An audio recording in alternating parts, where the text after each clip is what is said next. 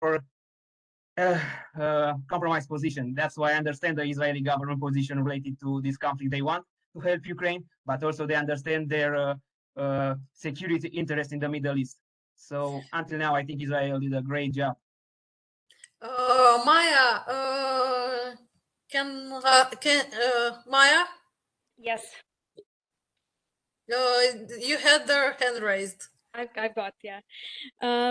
Yeah, I tried to write something down for the Jamboard from the perspective of Abba Eban related to this topic. You said what Israel should or did regarded to the situation in Ukraine and in Russia. And when Zelensky spoke to parliament in Israel, many those who are sitting in the parliament were shocked because Zelensky said that the war in Ukraine is like the same like Holocaust, and that he wants to get these feelings to the Israeli people. And just like Daniel said, I'm actually asking myself, what should be the position of Israel in this situation? Is the Israel the right place or the country for example, to be a mediator between Russia and Ukraine? Well, I'm not sure about it. Actually, for me, it's so hard to tell my opinion because I'm a bit confused with everything. And well, I haven't put the thoughts of Ava Eban to the Jamboard. I'm waiting for the opportunity. Well, that's the thoughts. I just want to share. It's a wonderful question, though. It's a wonderful question. Okay. What would be the consideration, by the way? What would make Israel a good or bad mediator between the two? I think it would be a good mediator, and would be would so I think that Bennett would have a neutral position, not to be on Ukrainian part, not to be on Russian part, and that was the official position of Bennett, and I think he would make possible an agreement more than Turkey negotiation did. Possibly. I have this feeling. One you have Daniel, I think, with his hand. Daniel, yes. Yeah, related to the last question, I think for Israel it will be very difficult to mediate between Ukraine and Russia, and I think in the end we'll end up with both actors upset regarding the Israeli position. So that's why I think Israeli it's in a, as I said before, in a very hard position related to this negotiation. I think the best way in order to elude this kind of session is stay out of this conflict for their national interest, I mean. And the actual government of Israel is almost it's one more parliamentary and they are down. So the things for them are not so stable in Israel at the moment from a political point of view. So they have a lot of problem right now with the riots in Israel. So I think they have more important stuff to to finish at the moment. Okay, these were my questions. Thank you. Thank you so much, Mona. That was excellent. Thank you so much. I would like to tie it up with how we concluded our last class. So, if you remember, we discussed the role of the Bible, and we used Anita Shapira's article to understand the history of how Israeli and specifically Israeli Jews refer to the Bible. In some ways similar to the article that now Mona discussed, right? How do the Israeli society, Israeli politics refer to this source, whether it is Bible or the Shoah, the Holocaust? And bear in mind how Anita Shapira concluded her article about the Bible. She said that the role of the Bible has declined and its place was taken by the Holocaust. It's an interesting juxtaposition, right? And now that we've surveyed both articles, one about the Bible, one about the Holocaust, it's interesting to think of this change. Now, a change of what? And in order to get closer to the answer, I thought of using a political cartoon. Let me share the screen, and I think that you will immediately understand the cartoon.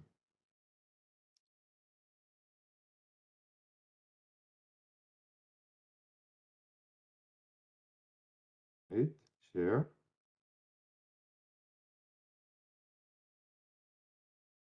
Do you see that?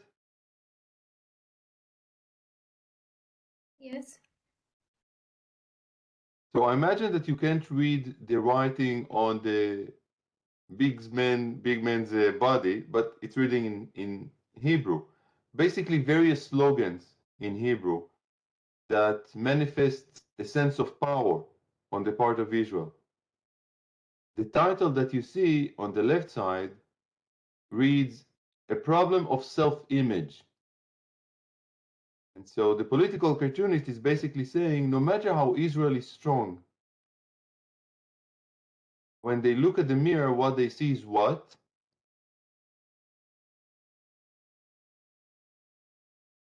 That little boy. Mona, yes? I think that mostly the first part of the perception about Shoah was about this, about the humiliating situation of Jews being persecuted by Germans and the lack of identity and so on and so forth. And with the passing of time, this feeling, I think it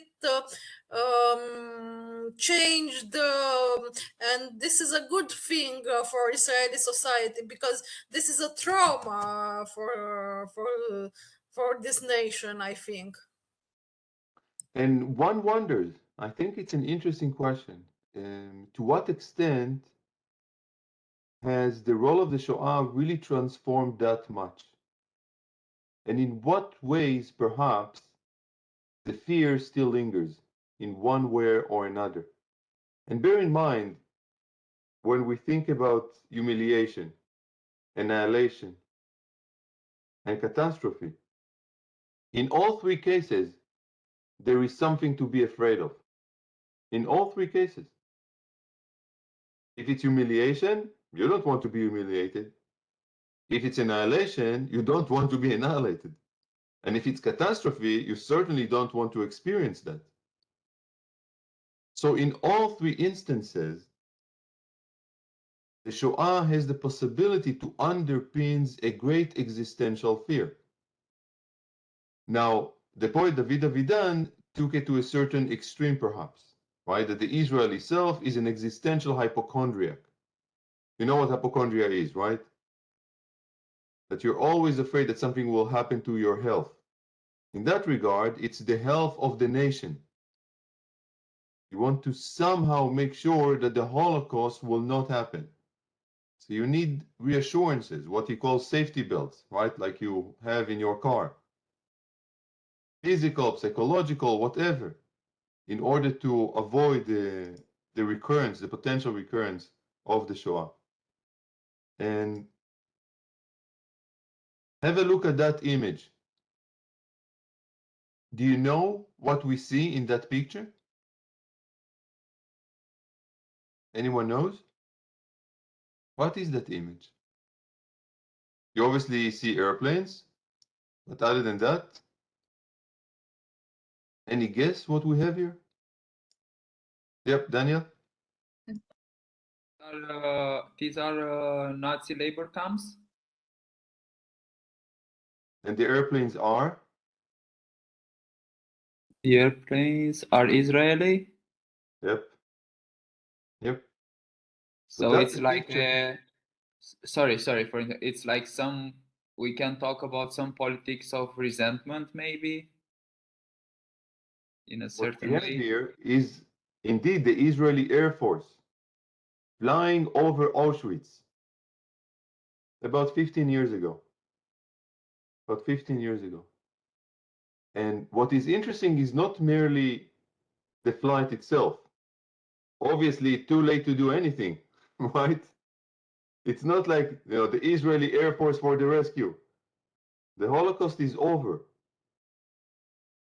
But is it? Not entirely so in that regard.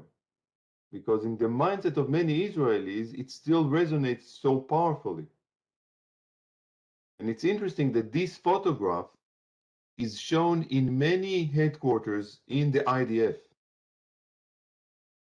Why is it shown in the IDF? Why do you think IDF's officers, not only in the Air Force, would have this photograph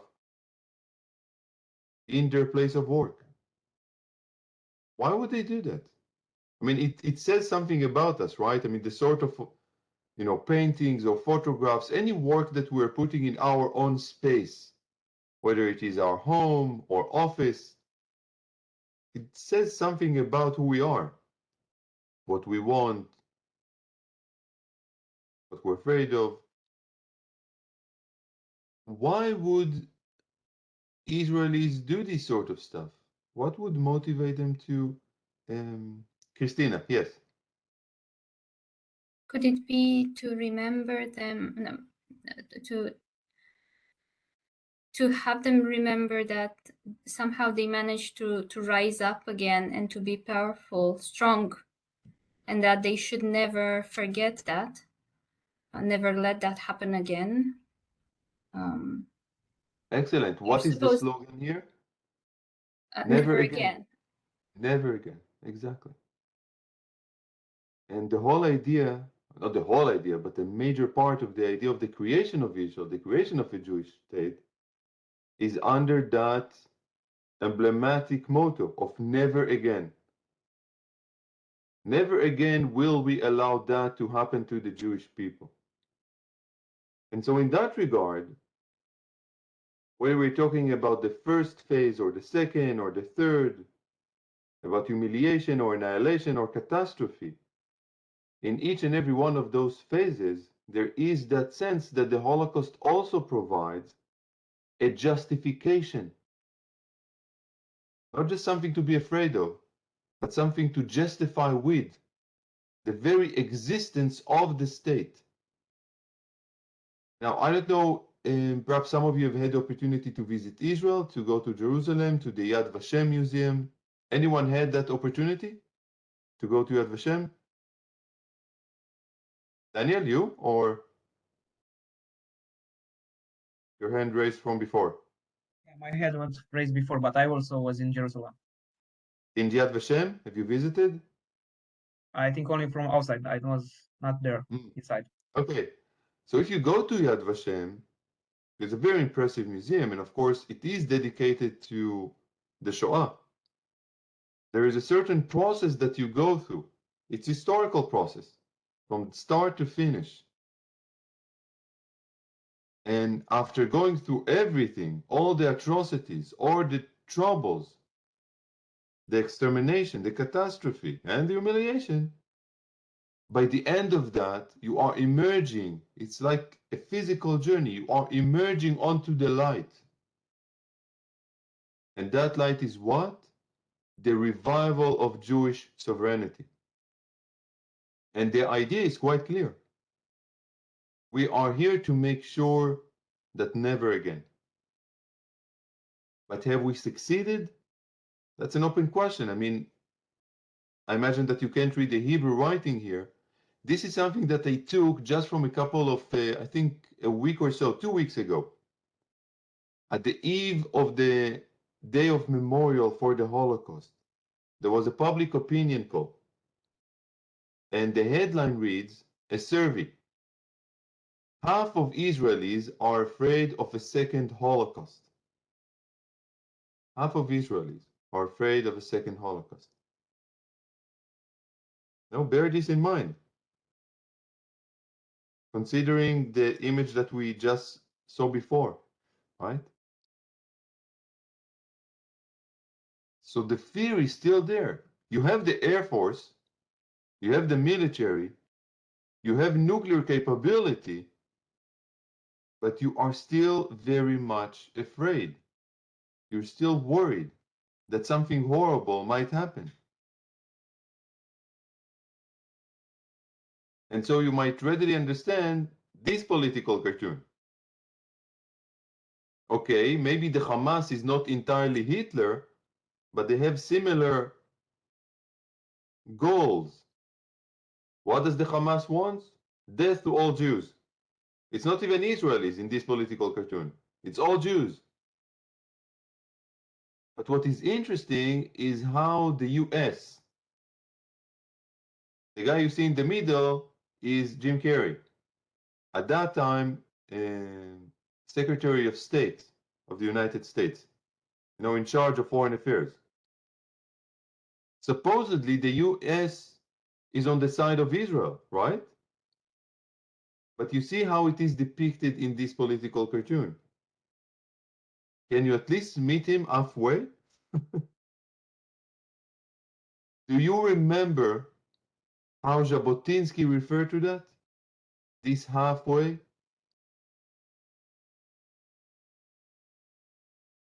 That you should not meet anyone halfway if they are not even willing to meet you. And that's the perception of many Israelis. And that's part of the memory of the Shoah, of the Holocaust. That we are one way or another still trapped in it.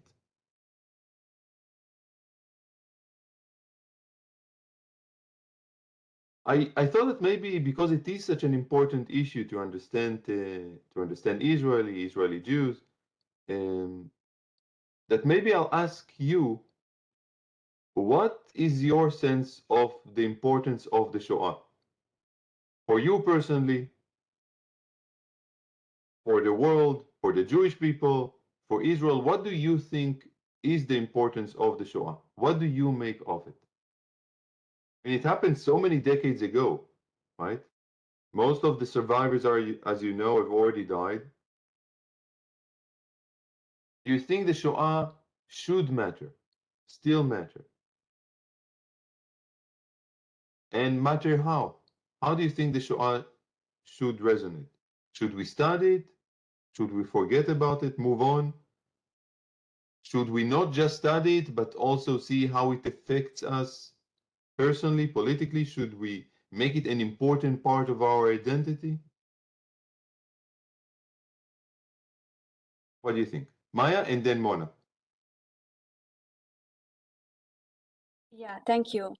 Well, I'm asking myself sometimes what will happen when all people who are somehow connected with it, that means that they were part of it, they survived it somehow, when all of them will die and people who will be leading countries, policy and so on will know no one of it. What will happen? Everything will be forgotten. That's why it's necessary. We need to discuss about it. We need to read about it. We need to write about it. Everything, because this cannot happen. You know how it is with the factories sometimes. They said that the third generation ruined the thing if there are families factories. Father made it and mom, and then there is a daughter who is successful, and then there's a granddaughter who ruined the situation. And I'm curious. I mean, what will happen when all of them will die? What will happen in the society?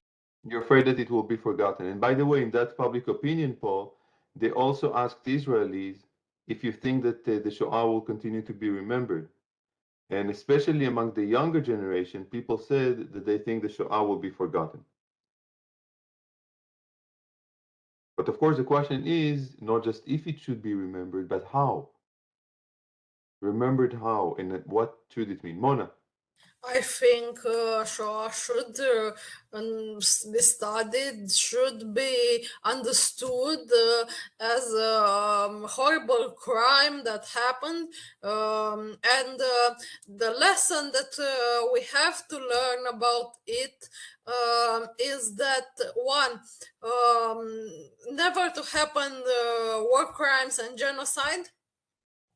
Two, the fact that the criminals of war must be judged and must be brought to justice. And three, that in a way history revenges the fact that it is not a hate motivated revenge. The fact that the Israeli state is a creation, is a revenge of history. I think that Nazis would never conceive to happen an Israeli state, and this is a good thing, because I think that God, if there is a God, I don't know if all believe in God or not. If there is a God, God sees what happens to Earth and makes the appropriate changes. And I think that the creation of Israel was one of this good realization of God. Yeah, and of course, after the Holocaust, some people did refer exactly to that aspect. It should be studied in schools. It should be it should be more discussion about this, because for example, also in Romanian society there are feelings of anti-Semitism among I don't know, some parties that are in also in parliament. I am talking about I don't give names of parties, but I'm talking about a specific party that has anti-Semitic views and are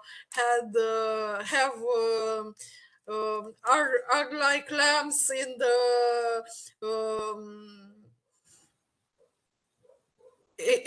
in the image of wolves. Without giving names. Yes, without giving names, because we don't. Maybe somebody would. I don't mind. That's perfectly fine by me, but I wouldn't know. Okay, so Christina, and now we have one party, Alianța pentru Unirea Românilor, that says about the Alliance for the Unification of Romanians, but it is anti-Semitic. It is an I don't know, a pro-Russian party that talks about the unification of Romania. I think about when they want to unify Moldova with Romania with the leadership of Russia. it's good that you kept us in the dark about your political view. Christina and Daniel. I am really against them. So, although there have been debates in Romania about it, I don't think there has been a real discussion about what happened, what did that mean, what does it mean for us now, and what should we learn from it. So to try to draw some conclusions, and probably a lot of the opinions relating to Mona, a lot of the opinions that are in Romania today are because people really don't know that much. Actually, they think they know, and they actually don't know. They didn't read a lot. They didn't try to visit museums, to see places. There hasn't been much. Now I'm talking about a while ago. There wasn't much in the school about it. And so there is more now? I think there would be more now. They took out of consideration the Romania part of this in this process, their involvement in those crimes. Sometimes they take this out of the story. Many Romanians don't actually think about this. They try to imagine a Ignore. clean history of our country when it's not. Sterilized history. Yeah. So yeah, maybe yeah, debating, more discussions, more Right, more right. knowledge about it. Yeah, right. To minimize the ignorance about it. Yeah. Yeah. Yeah. Yep. Daniel, what do you think? I think the Holocaust remain one of the cornerstones of the Jewish and as well as Israeli identity. But what was very interesting for me when I discussed with the younger Jewish, they told me that for them Holocaust is more like a historical event, and they want to put that aside and want to live without these kind of memories. And when I discussed with the old Jewish, they saw the Holocaust more like a metaphysical event that united all the Israel societies. So they need to preserve this kind of identity. I think maybe if they find some ways in order to communicate with the younger generation and to make them understand the importance of the Holocaust in some ways they will can accept, I think will be very, very good for Israel society. But if the event of the Holocaust will preserve in that way and will be more like a war between the new generation and the old generation, because the new generation of Israeli, for what I understood with from discussion with them, so that the legacy of Holocaust more like stuff that you represent the old generation of Israeli. So they want not to be part of that. I think they find a way to communicate the value of the Holocaust and the lesson that they need to understand. I think they will accept that. And of course, the key question remains, even if you know more about the Holocaust, and of course, even on that level, the question is knowing what, right? What sort of facts? There is so much that one can know about the Holocaust. What sort of things should we highlight in the study of the Holocaust? But even if you manage to get into an actual substantial study of the Holocaust, the question remains, what is the lesson? Of course, the never again is a very broad conclusion to be drawn from that. Never again, what exactly? Never again that pertains to the Jewish people, or never again that pertains to the whole of humanity? Genocide in general, or acts of atrocity towards the Jews? Is one lesson, for example, that you should never trust the world because the world will always be against the Jews? Or should you actually become more open to the world and suggest possibilities of cooperating as a lesson from the Holocaust? It's one thing to know about the Holocaust, quite another to draw certain lessons rather than others. And I think that, as Christina mentioned, it's a question of debate, it's a question of deliberation. But in order to get to that point, you have to know more. You have to be informed about what happened, and then basically to open up the gate for people to be part of a conversation. Yes, Daniel.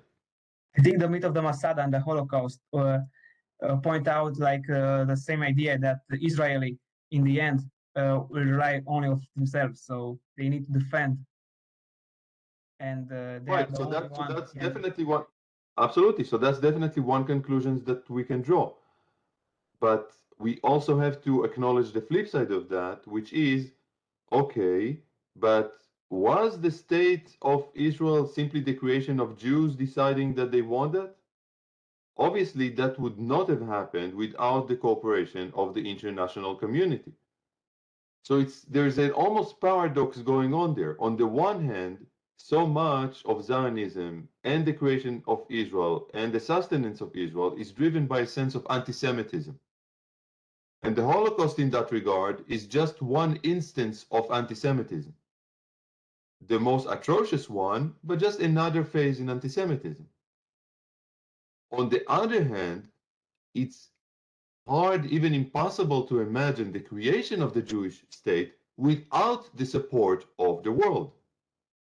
And here too, the clear example is the UN General Assembly decision in 1947 to establish a Jewish state. It's very hard to see how what happened would have happened without the consent of the world. Even before that, we discussed the Balfour Declaration, remember? So there is a bit of a paradox going on here with Zionism, with the Jewish state. On the one hand, suggesting that the world is against us to a certain extent. On the other hand, seeking the support of the world and sometimes getting it. And of course, it's even more complicated than that, because in Israel, you often enough see occasions in which Israelis are almost desperate to help other countries, as if showing that we are worthy of their recognition and of their support. So if there is a natural disaster in whatever country, often enough, even sometimes in an enemy country, recently in Iran. So of course, Iran did not accept the Israeli proposal to help, but the very fact that Israel feels that it should extend its hand as a show of goodwill, almost saying, okay, we are willing to do that. But then again, often enough, it doesn't go all the way. Think about the way that Israel treated the immigrants from Ukraine who are not Jews. Israel created a lot of obstacles for those people who wanted basically asylum, escaping the war. Because for those Ukrainians who are not Jews, Israel was quite reluctant to get them even for a temporary period. Yes, Christina. I just wanted to add that I feel that Israel would be in the position to say, okay, we can ask for help from other countries, and that would be also a recognition of the fact that those countries where Holocaust happened have learned the lesson out of it. So they're, how to say, they're worthy of being recognized as having learned something from it, and that they wouldn't do that again because there was a lesson. So I think it's just to look on it this way as well. It's a kind of mutual understanding. Yeah, and here I think it raises an even larger question that we won't get into the depth of it, but I think it hovers all the time in whatever we're talking about. And in my mind, and this is my personal take, it's really not part of our course, but in my mind, it really goes to human nature. And not necessarily what human nature is like, but how we think humans are. And I think that we all have a different take of what people are like. Sometimes some of us think that people are inherently bad, that we should always be such pieces of people. Others might think that humans are inherently good and that we should just give them an opportunity to be.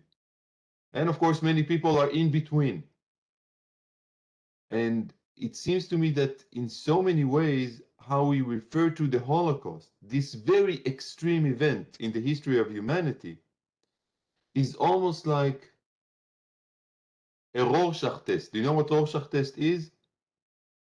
When you take a piece of white paper and you spill ink over the piece of paper and you fold it and then you open it and you ask people, okay, have a look at that image and tell us, what do you think? What do you see?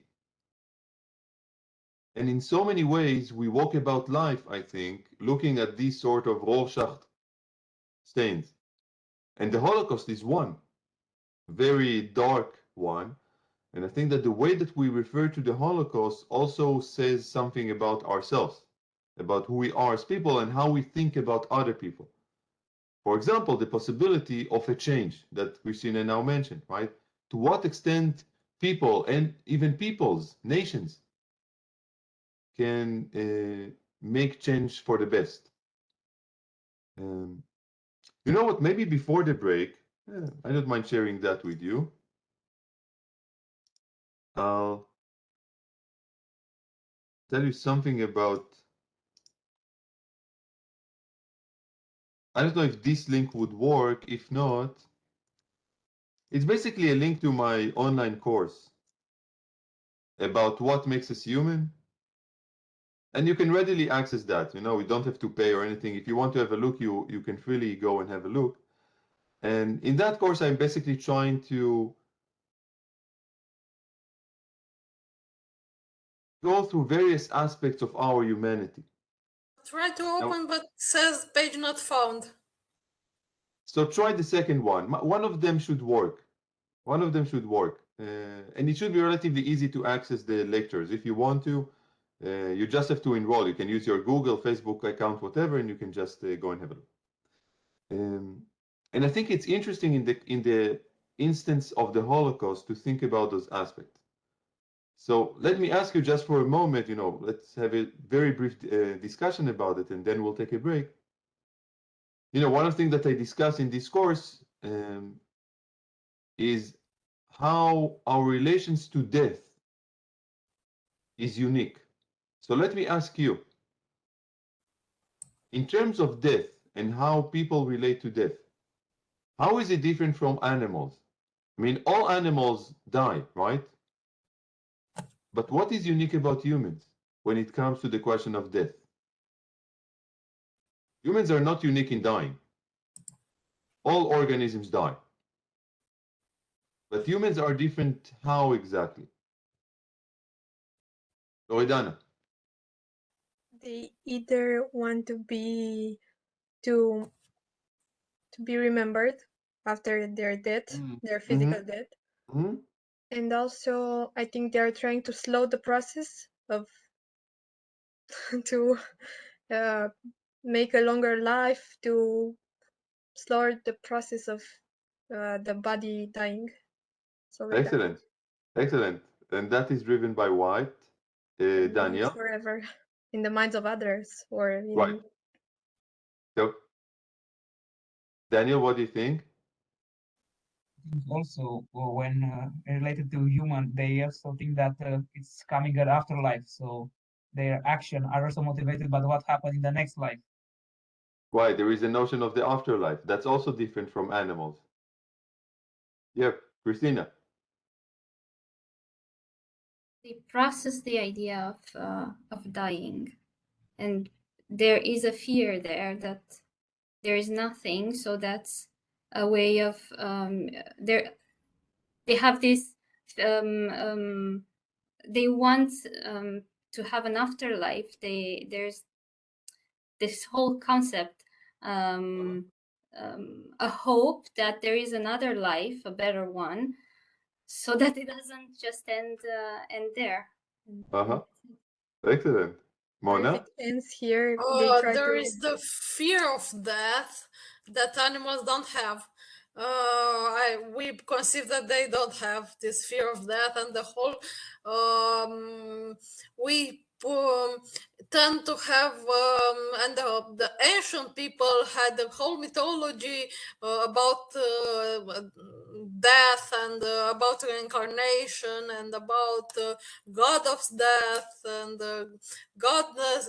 For example, in Nordic mythology, there was a goddess of afterlife, hell. From this becomes hell with 2 L. And this idea of having a reincarnation process, it is not common to animals. Excellent. So, of course, the basic fact is that we know that we're going to die. Animals don't. We are, as far as we know, the only creatures on Earth that know that they are mortal. And it happens in every single culture, human culture, worldwide. Usually at the age of 4, 5, 6, all the kids, even if they have not encountered death, have that sort of dawning realization, we are going to die. And it's a remarkable drive for human life. And it's distinctively ours. We have it unlike any other animals. And so, yes, we want to be remembered. We want the afterlife. Also, of course, something that distinguishes us as humans, we have a choice. We know that we're going to die, and we also have a sense that we can kill ourselves, suicide.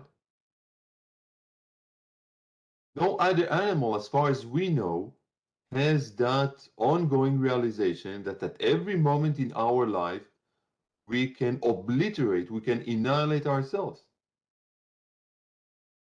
Now, why is all of that important also politically? Because in some ways, and I don't want to get into the science of it too much, we don't have time for that. But in some ways, what we are trying to do in our life is to perpetuate ourselves. We know that we're going to die, but we somehow try to deny it. So, individually in our personal life, we can try to make certain things that will last. Or we make family, right? We can try to perpetuate ourselves through our offspring, through our kids. Or we can try to perpetuate ourselves by being part of a tribe, an ethnic community, a nation, a state, a civilization. And you can say, okay, I will perish, I will die, but the nation will live on. And to those of you who know a bit of Hebrew, Netzach Israel, the eternity of Israel, is a phrase that is often heard in Israel. That there is some sort of perpetuity to it. But of course, why so? And the Holocaust in that regard is immensely important, because the Holocaust exemplified through the potential genocide that even the nation might be mortal. And so that can become a huge burden on people's life. It's not only that I will be passing, even the nation that I'm part of might be passing. How do you cope with it? This is one hard task to live with.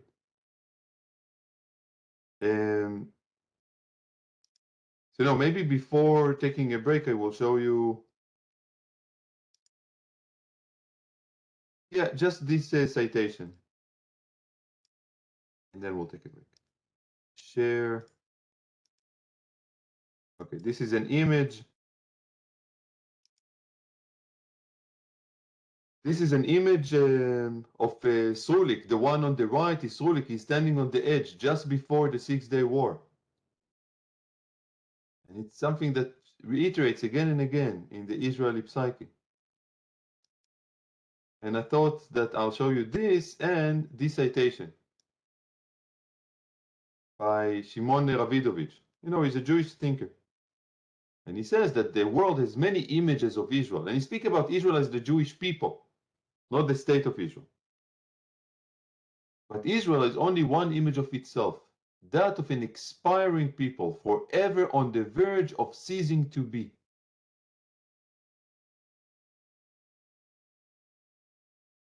Right? There is an ongoing sense, there is an ongoing, as he says in the last line, panic of being the last. And we should bear that in mind. Right? When we think about Israel, when we think about Israel's psyche, not just politics and society, bear in mind that element, that sense of threat, and as we saw, the various elements of trying to cope with that by making justification for the state. We spoke about various elements, including the Bible, including now the Holocaust. Okay? Okay, so we'll take a short break and we'll regather in 7 minutes. Okay? So 10:30, I imagine 5:30 for you, right? And then we'll have Bianca. Bianca, are you prepared for your paper? Yes. Okay, excellent. So we'll resume with Bianca. After that, we'll go to the Jamboard. We'll discuss briefly our mates. You will show your work on it. Okay? And after that, we'll get into the various other articles that we should be debating today. Okay? So let's take 6-7 minutes and see you soon. Bye-bye.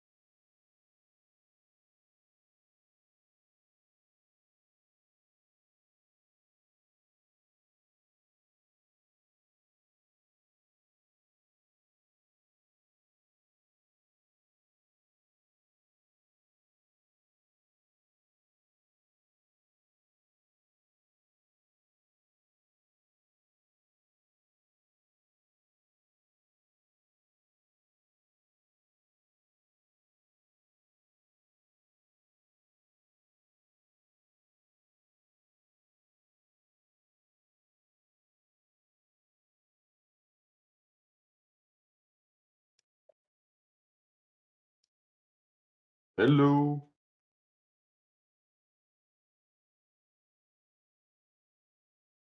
Oh,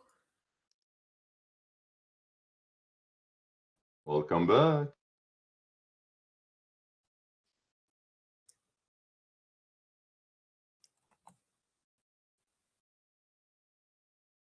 I will enroll to that course of human.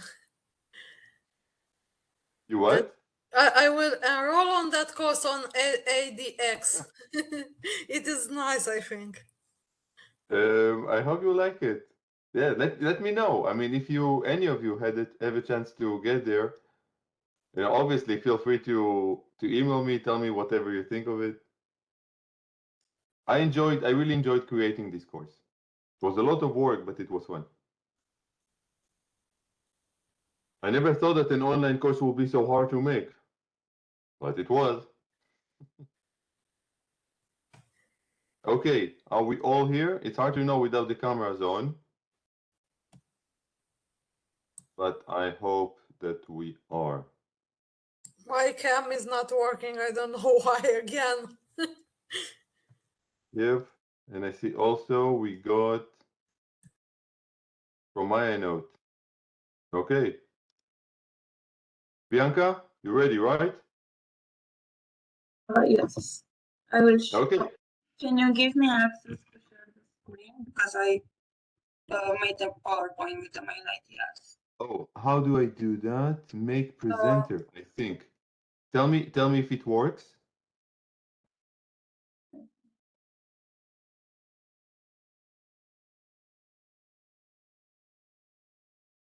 Excellent. Yeah, you can hear me now. Usually I have problems with WebEx with my microphone. Okay. Can you have it full screen, by the way? Can you click on the full screen and we can see it all? Yeah, Let's see if it's it fine. works. Oh, okay. Cool. Yeah. Is it okay now? Mm-hmm. Excellent. Thank you. So the article I had to read and present for you today, it's about the religionization of Israeli society.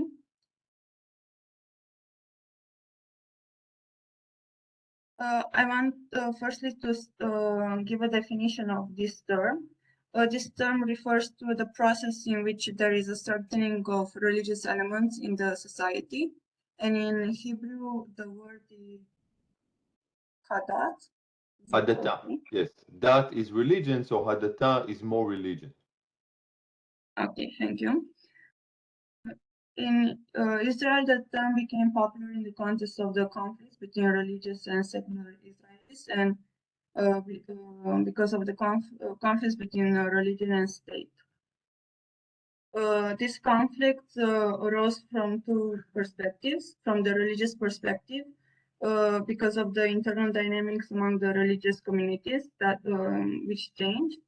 The extremist views became more popular among these communities, and the religious position as a whole underwent a radicalization process that affects all Jewish in Israel. The article gives two examples of this religious perspective. It refers to the increase in the number of Haredi nationalists and the religious radicalization of the Bnei Akiva movement. I checked this movement.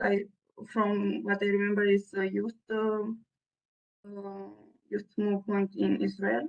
I'm correct. Okay, and from the political perspective, this tension between the state and religion arose from the access of the religious parties to national resources and leverage for determining curricula in state-recognized religious schools, which increased.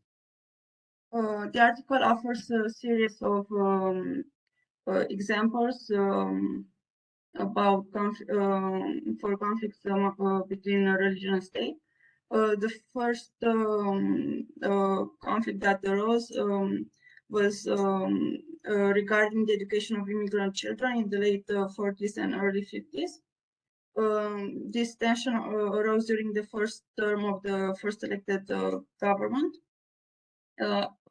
First, the article mentions the tensions, the demonstrations against the construction of the first public swimming pool in Israel. Also, demonstration against the opening of the road leading to the Ramot neighborhood on the Sabbath, and so on. In the last 2 decades, the article mentions that there were demonstrations against the archaeological digs in the city of David in East Jerusalem and the opening of a parking lot at the entrance to the old city. Because of these tensions between state and religion, we can see some changes across years. Firstly, we can see that the national religious group have successfully implemented their strategy of penetrating centers of power in the society. The article mentions that the two most prominent ones, meaning the army and the media. The article also mentions that we can see a switch of the Haredi group, which used to have a defensive position vis-a-vis the secular community, but now they have an offensive position. And also the article mentions that nowadays the secular Israeli feel themselves less Jewish than the religious groups. That's all that I noted about, from the article. And I prepared 2 questions. The first question would be, what could be some of the explanations for the increase in the religious power in Israel? And should I also put the second question on the screen? Or? Absolutely your choice. You're running the show, so however you would like it. I guess it makes more sense to do it one question at a time. Okay. So this is the first question.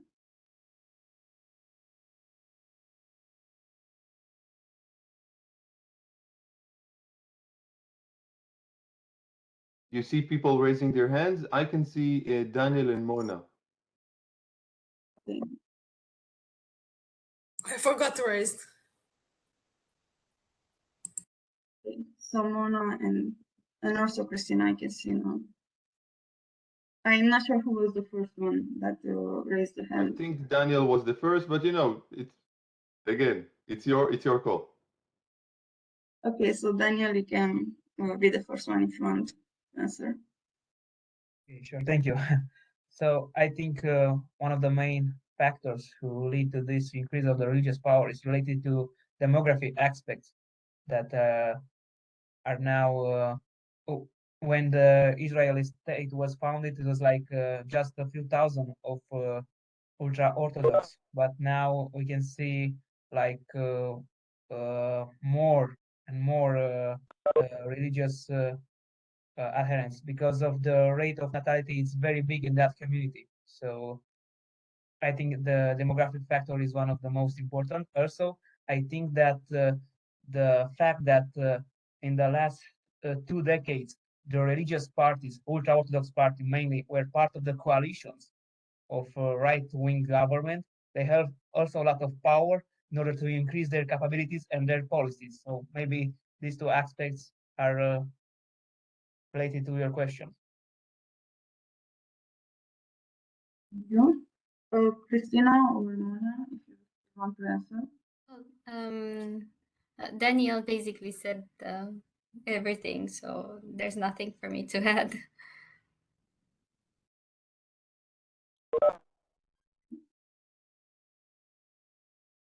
And Mona?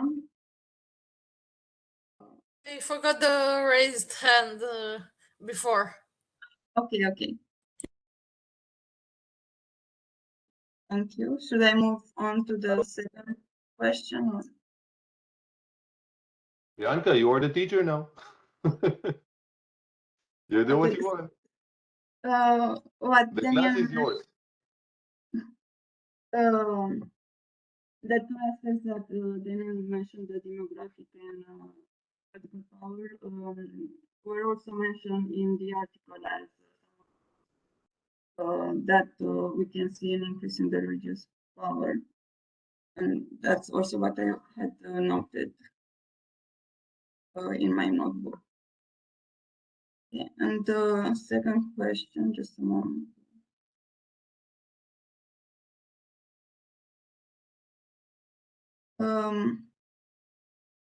The second question is, could the religionization be the solution for a declining Zionism, or could it be a new form in the development of Zionism? In other words, are we witnessing the birth of a new form of Zionism? I see that Mona already has her hand up.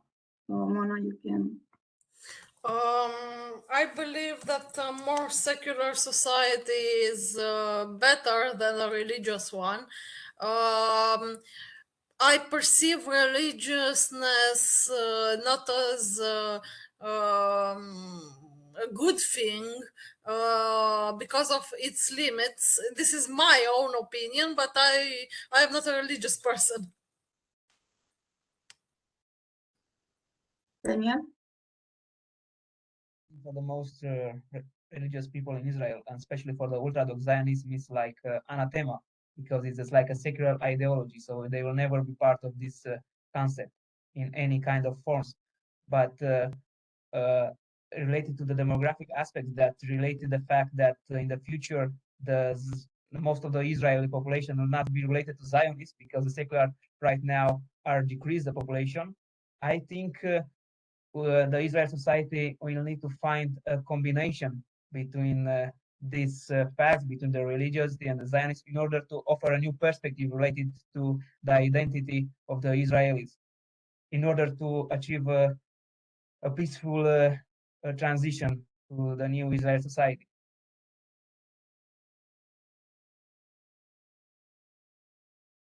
Okay, thank you.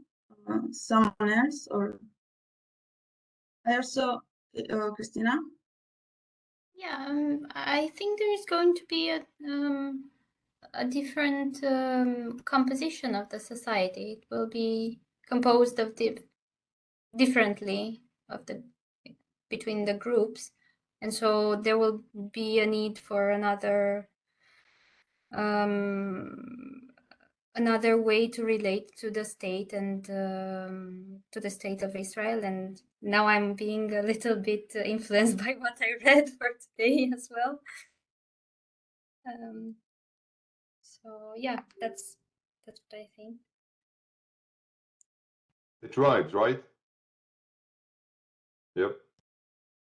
I also prepared a quiz because if I remember correctly, you mentioned in the first class that we had that we have to prepare a quiz with the first question. Wait, Bianca, I couldn't hear you. There was something. Okay, can you hear me now? Okay, I said that I also prepared a quiz because you mentioned that in the beginning, no? Yep, that was the intention from the start. Okay, let me share the screen again. It's a Kahoot. I hope you know the platform. Can you send it by the chat? Yeah. Can you send the link to everyone and we'll get in? Yeah. Okay, cool. Join directly. I will also.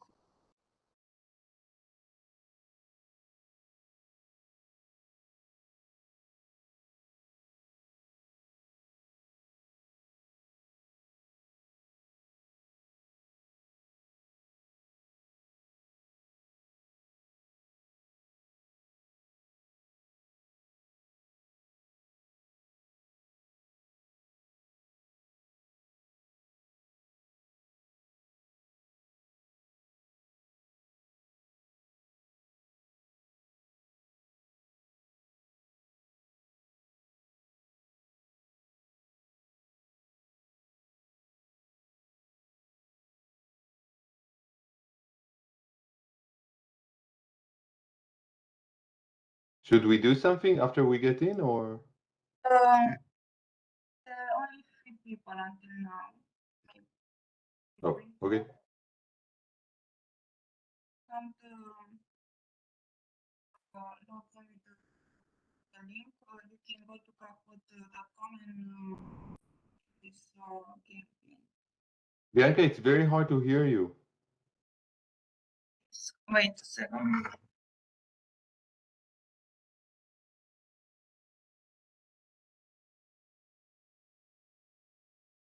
Can you hear me now? Yes, now it's excellent. Okay. So should we wait more or there are 4 people now in the game? How many people do you have? 4 people. So it's only 3, including me. I'm Theo. But I cannot open the link. I don't know why. oh, Okay, just a second. So you can go on this website. to kahoot.com and then enter the pin, I guess, Yeah. right? Yeah. Mona, can you do that? Yes, but what pin?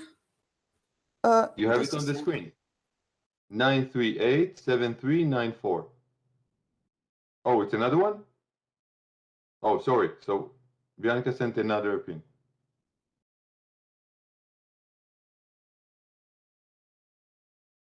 So there are 4 people now without the professor.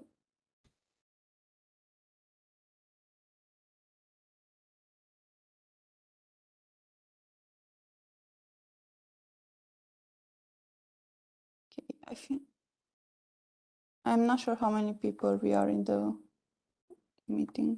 We should have 9, I think, 9. 8 or 9. But Yeah. it's okay. Start. I mean, if it's, I hope that. Okay, Mona, it's here. Okay.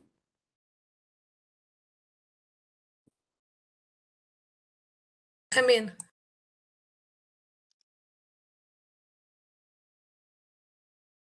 So the first, well, actually, you can see the questions.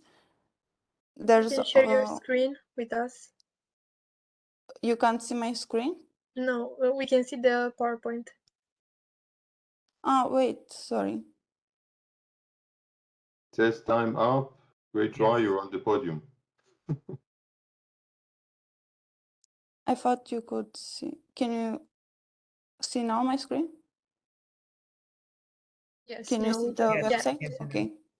Sorry, I thought you could see it. Okay, A, B, C.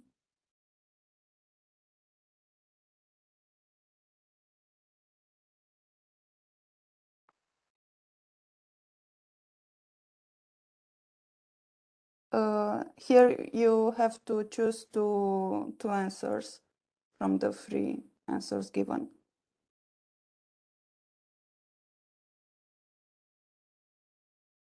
I think my problem is that I can't see the question or the answers. I only see the triangle, the square, and It's the I same on have, me. I have to read here where you share the screen and then go back to my my Okay. link and answer. Okay.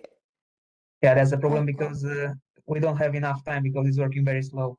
And Okay, wait. until to see the question, the time expires.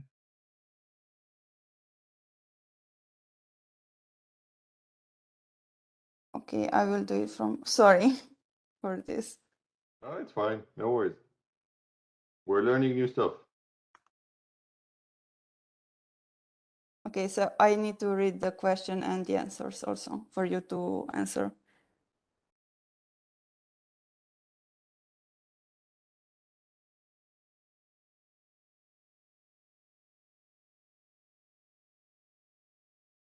Okay, can you enter again the game, please?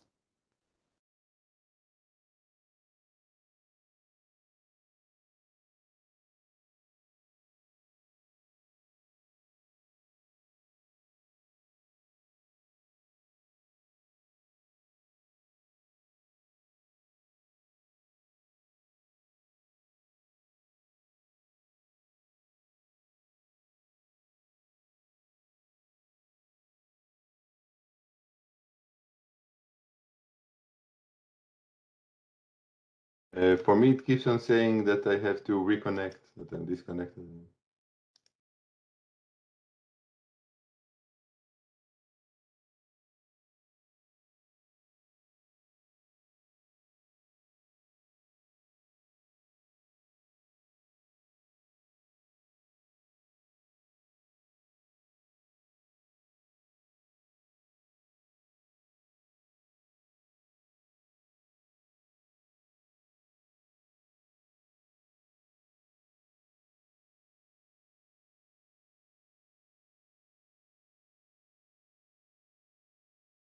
Oh, there is a new pin. Okay.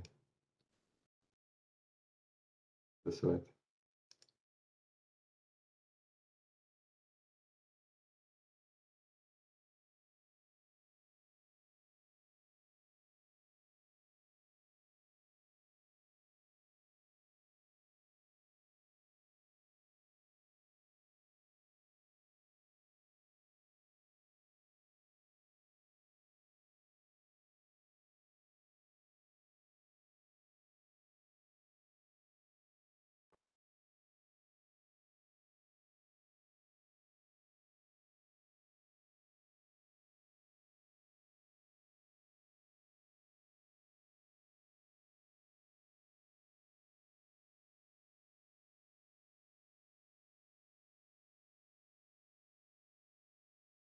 Okay, I think we can start, not to lose the time.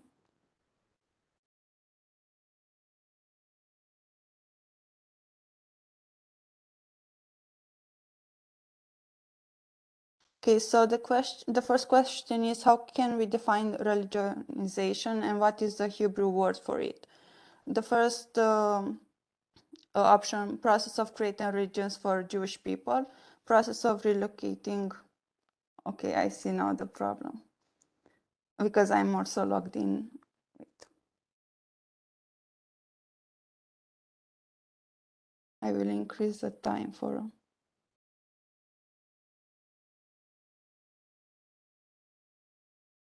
You're trying to keep us in very good shape, huh? 2 seconds for an answer.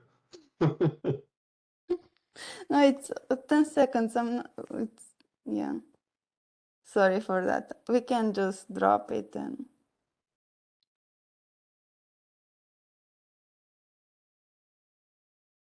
Be more forgiving. This is a hard hour. I'm exhausted because I'm a night person, and you are exhausted because it's getting late.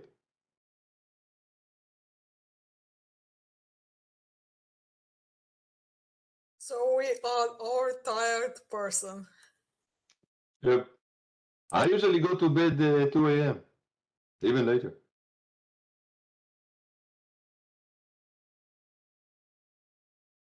I will miss a little. I will do myself a coffee. What you see me drinking all the time is not even coffee, it's tea. Yep, I know. Christina, she was mortified. Is it black tea or something like that? No, it's not even black. No. This time it's just peppermint tea. I'm used to drinking 4 coffees a day to be able to cope with everything. No, I never drink coffee. I don't remember the last time that I did. I'm Maybe it trying was what? I'm trying to stop your drinking coffee. It's I think that if I will be drinking coffee, I wouldn't be able to sleep at night, even if I drink it in the morning. no. I can drink at night and then sleep in half an hour. I will be sleeping very, very well. I have no idea how. I'll keep that as a sort of a fallback option. If one day I will have to drive, I don't know, 7 hours because there is no alternative, this will be the day that I'll drink coffee.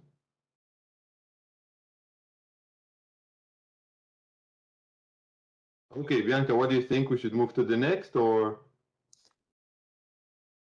Yeah. Well, I changed Struggle now with the the time. time.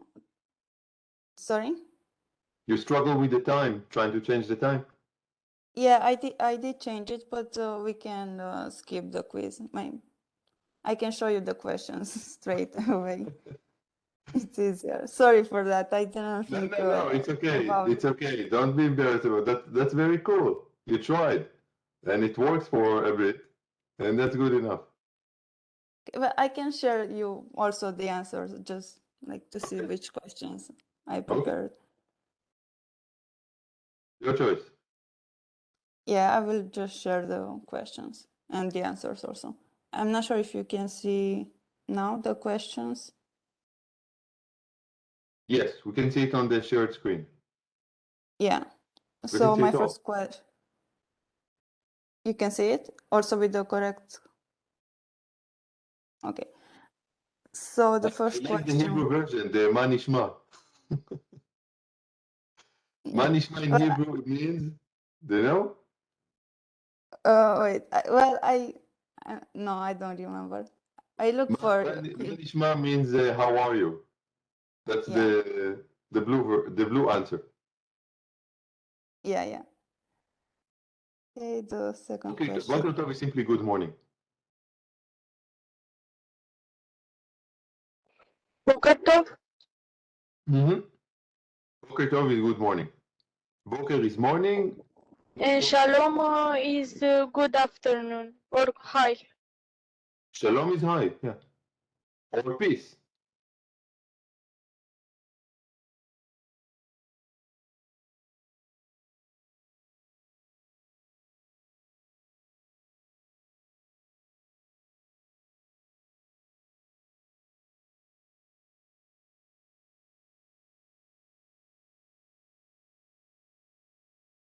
Yeah, so these were the 5 questions I prepared.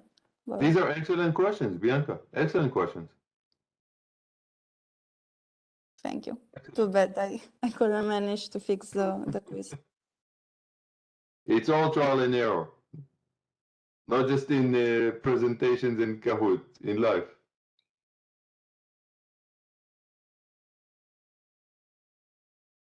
Very cool. Do you want to add some questions for class discussion, or do you want to move on? We can move on. We spent too much time on this. No, don't say that. That's perfectly fine. Thank you so much. Thank you also. And really, this is one of the most intriguing process that goes on in Israeli society these days.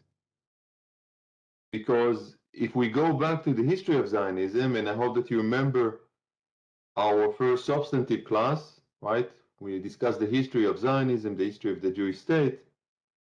And do you remember how we started that book in the introduction? What was the key question that he asked? Who remembers? You know, the brief introduction to Zionism, the book that we discussed in our very first class? As if it was a century ago. Just last Monday. What was the key question that he asked us in the introduction? Zionism is Christina? Was it if it's related to religion or if it's another construction separate from religion? Right, the nation. Nation Yeah. or religion, right? That was the key question. Religion, right, yeah. Yeah. So today in our last class, in a way we tie up, complete the circle with how we started. Because whereas Zionism emerged as a secular movement, largely secular movement, of course there were a couple of religious, but by and large it was secular, and also a secularizing movement, right? There was a process of secularization, trying to bring people to relate to the Jewish people as a nation, an ethnic community, not as a religious sect, making a new foundation for modern Jewish life. What we see in the past generation, and even more so, is that process that Bianca outlined. Religionization, not secularization. More and more religion. However, I should qualify it a bit. Okay? You mentioned demography, right? In the answer to Bianca's question, why is it going on? Demography is an important part of it. But interestingly enough, there are other processes going on. So true, the ultra-Orthodox are making more babies. But their number of average, of course, children is actually in decline. And it is the secular who are now making more babies than they used to. Why is that? It's an interesting question. If we have time, somehow we'll manage to do all the rest of the stuff. I prepared a talk, a sort of lecture that I can give you, a brief one, about Israel's politics of procreation, of making babies, and Israel's politics of happiness, that I thought might be interesting to discuss, if we'll have time by the end of it. So in terms of making babies, it's not so clear-cut that the ultra-Orthodox are making more than the secular. That's one thing. The other thing is that we all know, or at least some of us know, that there are some secular Jews who are becoming religious. In Hebrew, it's called Chazara B'tshuva. It's hard to translate it literally. It means to return with answer or something like that. But what not too many people know is that there is also the opposite process going on. Many religions, including ultra-Orthodox, that are becoming more and more secular. So there is that going on as well. Which is not to say that there is no demographic rise of the religious, but is not as sharp as sometimes it seems to be.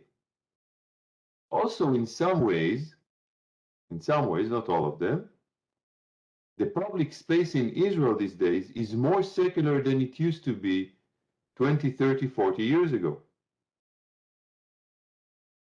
This is also true for the beliefs, the opinions of many Israeli Jews. For example, there is a majority in Israel that clearly support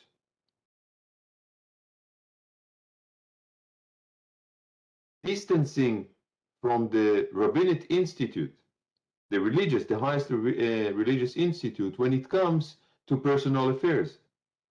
Right now, everything is governed by that institute, whether it is marriage or divorce. All of those aspects are religious by decree, by law in Israel. The majority of Israeli Jews, would like to change that. The majority of Israeli Jews, for example, would like to see public transportation in Shabbat, on Saturday. Gay rights, for example. Gay rights in Israel are relatively advanced compared to a couple of countries, even in the West. So we should bear all of that in mind when we think about the religionization process that goes on in Israel these days. Okay? There is also that flip side to it. Okay, excellent. That's very good. And I think that now might be a good time for us to go to our mates. I know that not all of you, I think, made that contribution. In fact, I see only Uriel, I think, and Mona there. Can you put a link in the chat, please?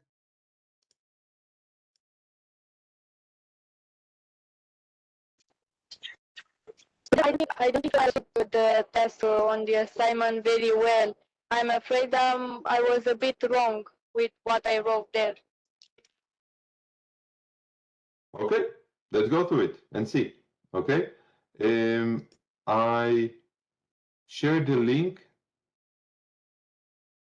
to the Jamboard. Now, Lulia, you don't have to read all of it, but tell us what you were trying to do in this post, right? Basically, what I asked you is to have a Facebook post that reflects more in depth, right? Not the brief one that we have in Twitter and not the image that we have for the Instagram, but a more textual reflection on what goes on in contemporary Israel. I was also suggesting that you will try to debate matters with an imaginary friend that you have on your Facebook page. But let's see what you concretely try to do. Lulia, can you start? Yes. So I was thinking about a post on Facebook regarding my mate, that after he was on his vacation, he turned back and see what the media says about Israel. And then he posts on Facebook and says to the citizens, or more to the young persons, that they should be aware of how other people from Palestine or Iran talk about Israel, and not be affected or manipulated by this. So in my example, I said that, for example, the death of the journalist from Palestine, it is a wrong interpretation that was the fault of Israel. And I emphasize how it should be increase the role of awareness. And then I said I actually take from Iran a post that says about Israel that it is not a ban from the Middle East region. And I emphasize this as being one threat regarding the media and what it is said there.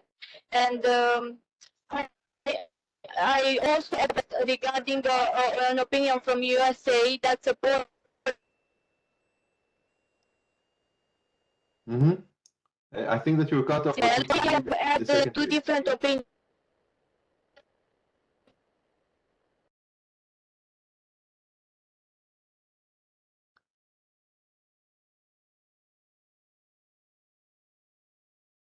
Luli, again, you were cut off.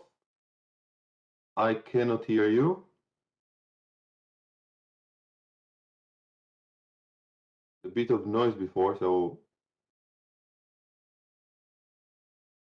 I hope all is well, but I know that what you wrote was very close to what I have in mind. He found it and other institutions with a breakthrough of it.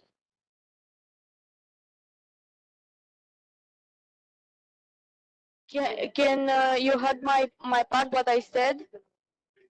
Yes, I think that we got parts of what you said and we can all read it online. I think you did a good job here. From everything that I've read. Thank you so much. That's very good. Let's move on to the next.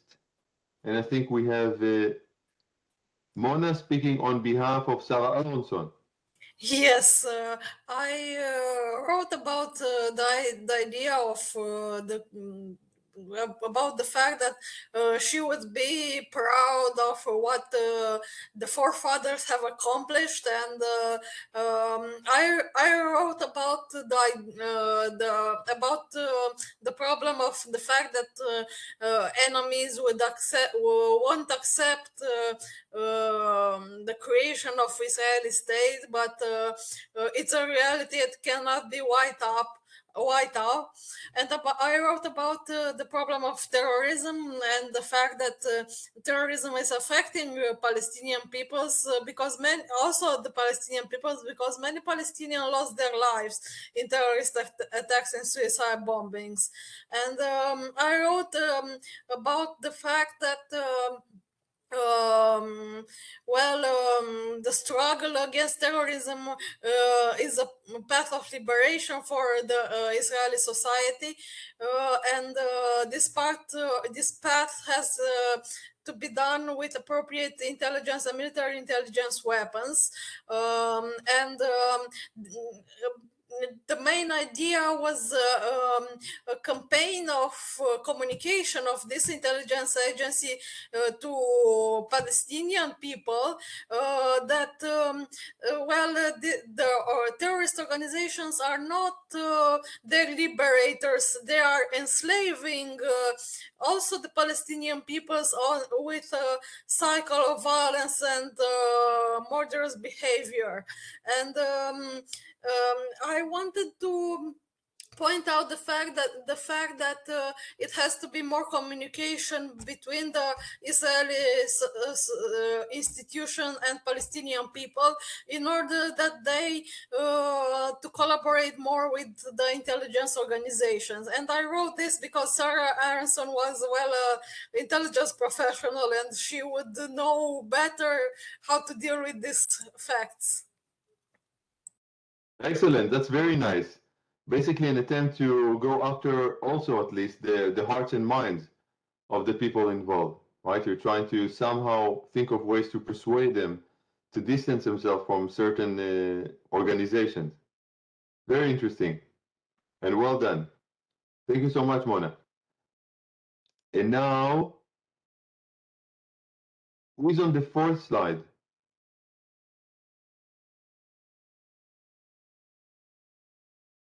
Maybe me. I'm not sure if it is the fourth slide. It's you, Maya? Abaven, because I don't see the name there. Yeah, I forgot to write it down. Okay, cool. Well, I actually already mentioned before when we were talking about the Zelensky and the thing, and I already mentioned. And then I decided that Abba Uriel, not Uriel, sorry, Abba Eban would said that they need to have an opinion, because now it seems that the Israel, it's not sure, they aren't sure what would they support, who would they support. Would this be the Ukrainian or the Russian? And in my suggestion, Eban would said that they need to support the Ukrainian more strong. That's the conclusion of it. Right. Why do you think that he would make that choice?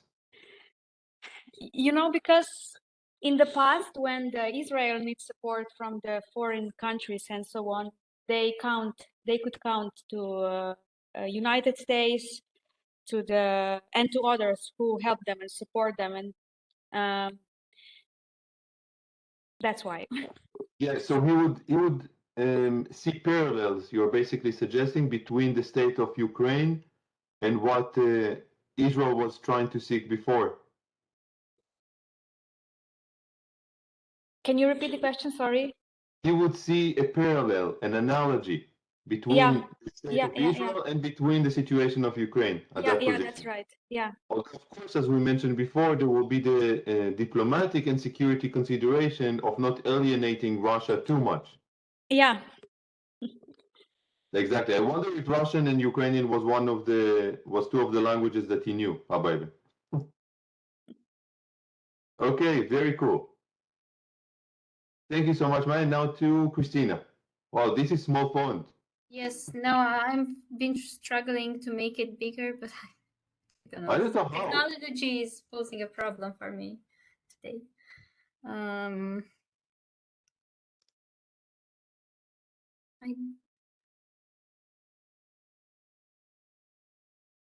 I will try to make it larger. Should I try now, or should I speak about what I wrote first? Or? Yeah, I'm trying to do it too, but it's hard. Yeah. Okay, go ahead and discuss it. Yeah, so I wasn't very sure about this assignment. At first, I made a discussion, but the initial post was shorter, so then I wrote a long one, and there it is. I imagined Emil Habibi after his trip. He talks on the trip he had the other days. He discussed with people, and he saw that there is a lot of division. So I went on this idea, and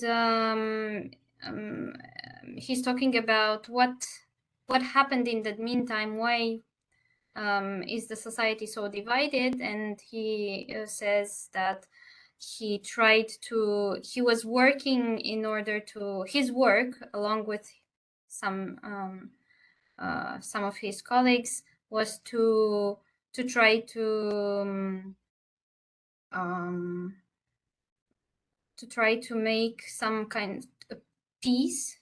And so he says, well, if that didn't work, then I'll try again. So I'm going to start by opening a center for debate in Jerusalem. So and then he asks who wants to join me, and everyone is welcomed. Come and join. So naturally, friends should start saying different opinions on that. Yep, that's a very cool idea. Nice. Thank you. I wish we had something like that in Jerusalem. Sorry? I wish we had something like that in Jerusalem. Oh, there isn't? anything like Something that you're suggesting here, I think, no? this sort of open discussion for Jews and Arabs to come together. There were attempts to do that in the IDI, which is in Jerusalem, right? The Israel Democratic Institute. But often enough, there are deep divisions that prevent this sort of open dialogue. In my own neighborhood in Jerusalem, I think I told you at the beginning of the class that I was born in Jerusalem, raised in Jerusalem. When I'll go back to Jerusalem, it will probably be to the French Hill. So in that neighborhood, you have this sort of vibe, but you don't have something that is more institutionalized in terms of fostering that sort of dialogue. Very nice. Thank you so much. And now we go to Daniel. All of this is yours. Okay. Yeah, so you can hear me? Yep. So in the left side, I put a post of the Menachem Begin. Mainly, he discussed about the situation in Israel, about the economics, about the situation in the territories, and also about the Iranian problem. And after that, I think it was a little bit funny to, like it be a commentaries between Menachem Begin and some political leaders from Israel, also Iran, and it was like more a little bit of discussion between them regarding what he posted on Facebook. Yeah, so it was more like a fun. I mocked them. Yeah, it's interesting, that debate. Yeah. Do you want to highlight a couple of elements from that discussion? That's a little bit. Okay, so yeah, I started with Benjamin Netanyahu, and he said more or less that he was the long server in the history of the Israel, and Menachem Begin mocked him because yeah, you stay more, but you do less than me. After that, Naftali Bennett also engaged in the conversation with Menachem Begin, and it's like we don't need you today. We are very fine without you. And Begin said that he betrayed like the right because he made the government with the left. After that, Yair Lapid also engaged with him in this kind of conversation. Even Benny Gantz, and this was a little bit funny because Benny Gantz said to him that he don't need their advice regarding his security policy, but as you know, the Begin doctrine, military doctrine said that no state in the Middle East can have military weapons in order to destroy Israel. So he teach him about that, and of course the discussion with the Palestinian leader and with the Iranian one. Yeah, and, yeah, he's sending Khamenei to meet Saddam Hussein, I see. Yeah, because we know that in what Menachem Begin did with the nuclear from was Iraq. So I think the same will happen with the Iranian one if the Menachem Begin was the prime minister of Israel today. That's very cool. Daniel, thank you so much. Excellent. Okay. And I think the last one, if I'm not mistaken, is Loredana, right? Yes, And you're Golda. She wrote about the misrepresentation of women in Knesset. She was shocked by the fact that the percent of women in Knesset by seats are the most Vive search is 30%, and she was shocked and told the ladies to step up the game and take more seats in the future. Also, she was somehow disturbed by the idea of conflicts between classes, and by that I mean some of the more inferior classes live in some poor conditions, and she, as a socialist, militated for equality and implementing some way of creating conditions for people to live a decent life, to prosper, and some of the citizens live in poor conditions, in poverty, some of the children's. So she was disturbed by that. and by those discriminated categories. Yeah, I don't think, no, I didn't do a dialogue between her and someone, but Right, there is no dialogue, but I think that it's a very good post, right? Trying to tap into her mindset. There is, of course, the question of gender and identity in that regard, but moreover, her commitment to welfare and equality. yeah, That was one of her first major roles, and of course, that paved her path to become an even more important member of the government. That's excellent. Thank you so much. thank you. Luli, I see that your hand is up because you want to say Yes, something, or that's from before? no, I want to ask something.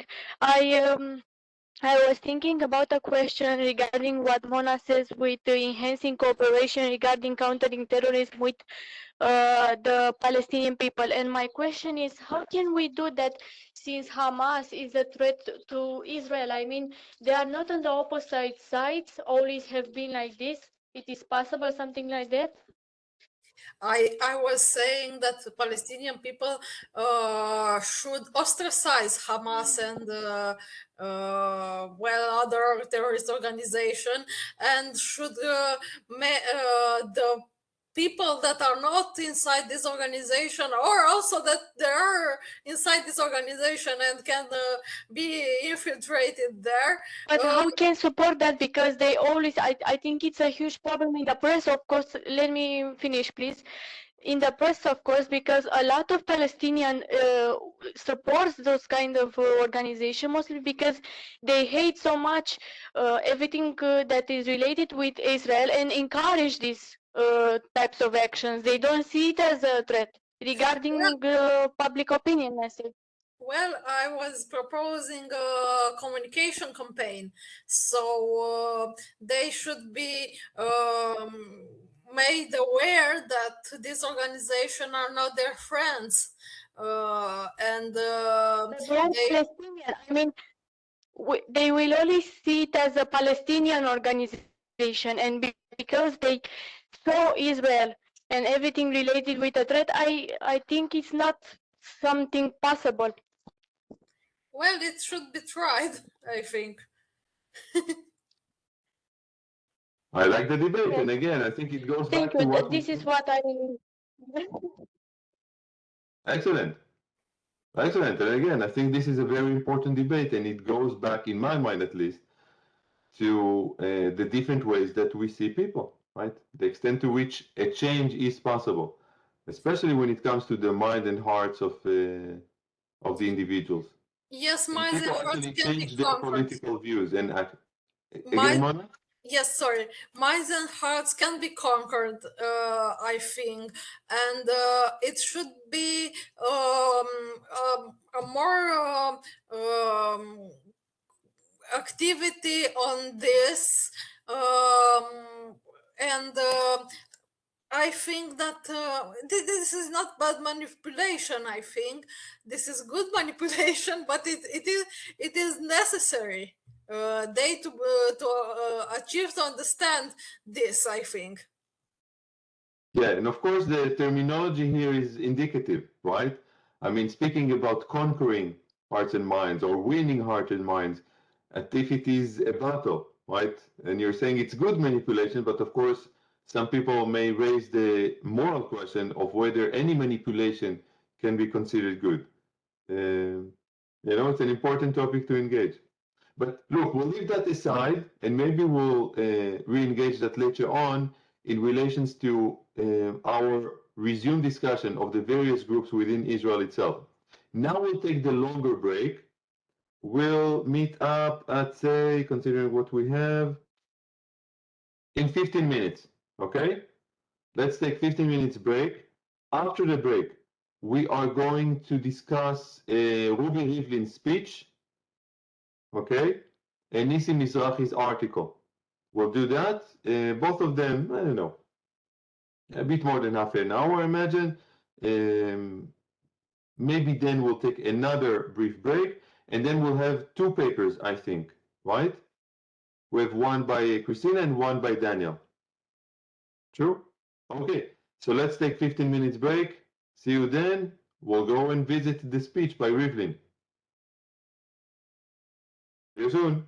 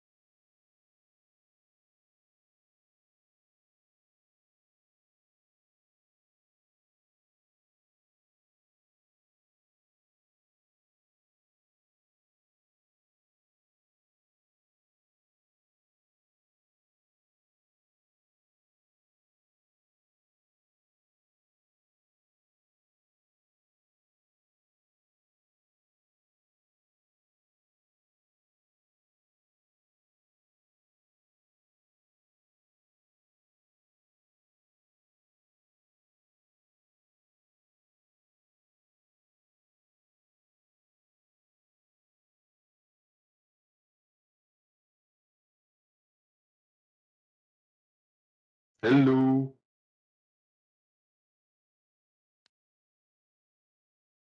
Hello. Greetings, people.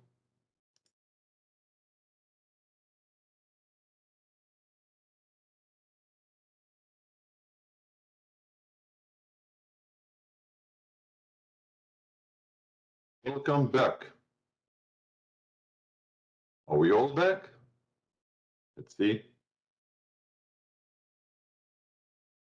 Why do I say let's see when clearly we cannot see if you're back or not?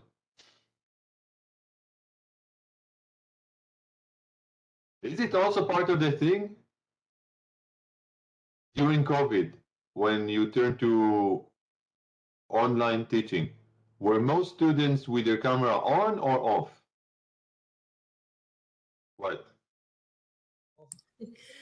Existential question. In my university, in both times, they were with camera off, most of them. With the camera what? Or on or off? Off, and with the camera off.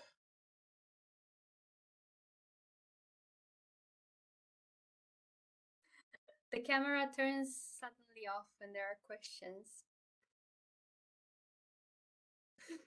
At least What that's is my that? experience in some of the classes. Do you still go Problem about with the with internet. masks these days? Do you still wear masks? No, we don't. Well, at least that. My camera doesn't want to work today. We'll forgive you. I am mad on the camera because she doesn't like to open. Evil technology. Okay, so we are back to discuss more in depth the inner tensions in Israel. What was the term that President Rivlin coined in order to depict those groups? What was the word that he was using? Daniel, Christina, I see your hands. I want more people to participate. There was a key word that Rivlin was using. Loredana, yes. I think you're muted.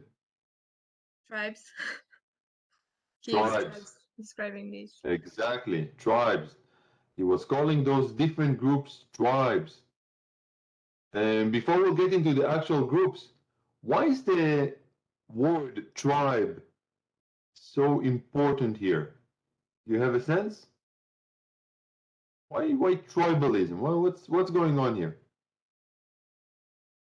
What do you think? Ona? I think it is important because tribe precedes state. So there are different tribes that doesn't have the sense of statehood, and he actually say that there's come to be a time when there must be a time when people in Israel have their sense of Israelness. So this is we will discuss after this. This is the third pillar and the most important of its discourse. So tribe is something primordial that precedes the states. Daniel, what else? And so it's related to the history of the Jews when they before the monarchy to be settled up, they were split between tribes, and also in the Judge is in the chapter of Judge is an interesting affirmation that in that period of time anyone did whatever he wants. So it's related in some way to what the tribes that we'll discuss today. Right, the ongoing refrain in that biblical book. Each will do whatever one seeks. That's it. Divided to 12 tribes, right? The 12 tribes of the people of the children of Israel. That's the way it was. And also the word tribe resonates with a catchphrase that in Hebrew reads Medurat HaShevet, the campfire of the tribe. Meaning what? What is the campfire of the tribe? Can you have a sense from what Rivlin was saying? What does that mean, the campfire of the tribe?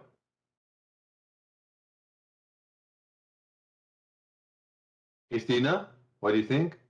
Could it be the most important place where the head of the tribe gathers with the others and they take In a decisions? sense. Right, in a sense. You know, the coming together. Yeah. When you speak about the campfire of the tribe in the Israeli context, you speak about something that was but doesn't exist anymore. The sense of Medurat HaShevet, the campfire of the tribe, is that we used to all be one tribe. All of us Israelis, although by implication Israeli Jews, but all of us were one of that tribe, and at the center there was a sort of a campfire. And it could be leadership, or it could be the state, or it could be even television, right? Sometimes people refer to television as the campfire of the tribe because there was only one channel and overwhelmingly black and white.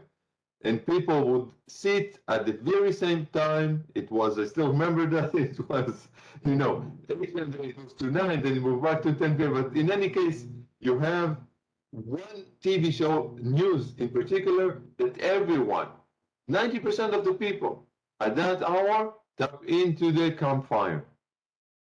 Julia.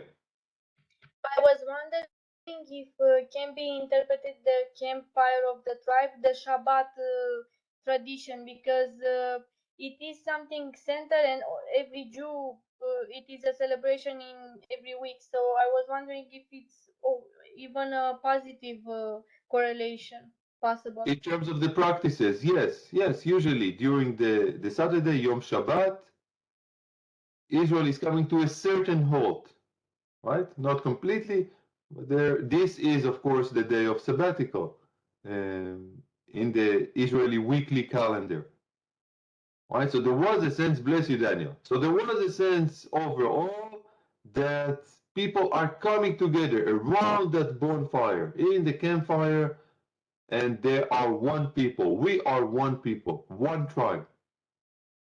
Basically, Rivlin is telling in a capacity as a president, he's telling, it's no longer the case. There's no one tribe. There's no one campfire. There are at least how many? How many tribes, and what are those tribes? Mona, I see your hand up. There are already the second. Wait. Let's see if there are more people, especially those who participated a bit less. So Rivlin is saying that there are 4 tribes, right? What are those 4 tribes? Who are those groups?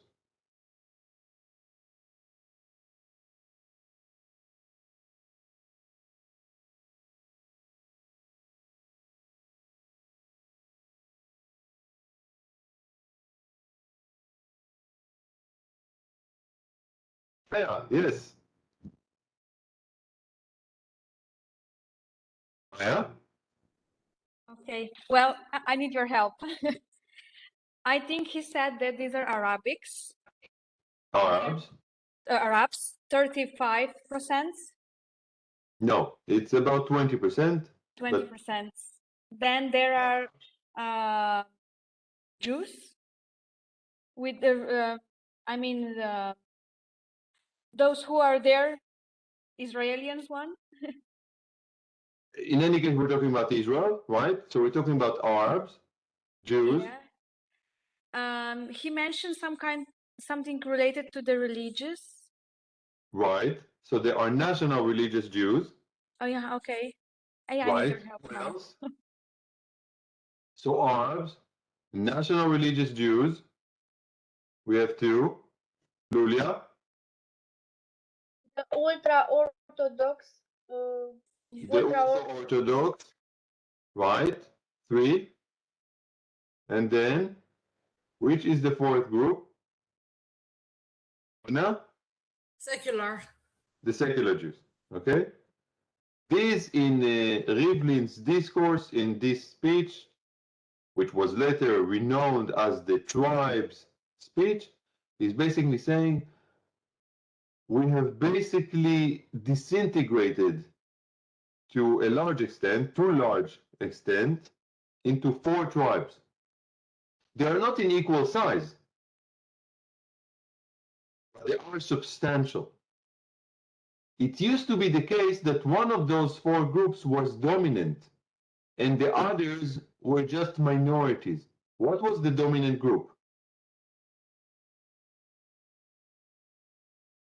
Daniel? The secular was the dominant group.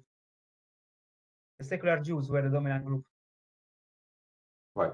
It used to be the case that when you spoke about Israel, when you spoke about Zionism, it was very clear that there is one big mainstream. Secular Israeli Jews. And the rest were relatively small minorities. So you have the Arab minorities, and the ultra-Orthodox minority, and the national religious minority. But because the secular Jewish majority was stable enough, let's say this is basically it, and you have to accommodate somehow the minorities. Now, Rivlin is saying, things have changed. Primarily because of what? We alluded to that in the previous discussion. Primarily because of what? What made this change?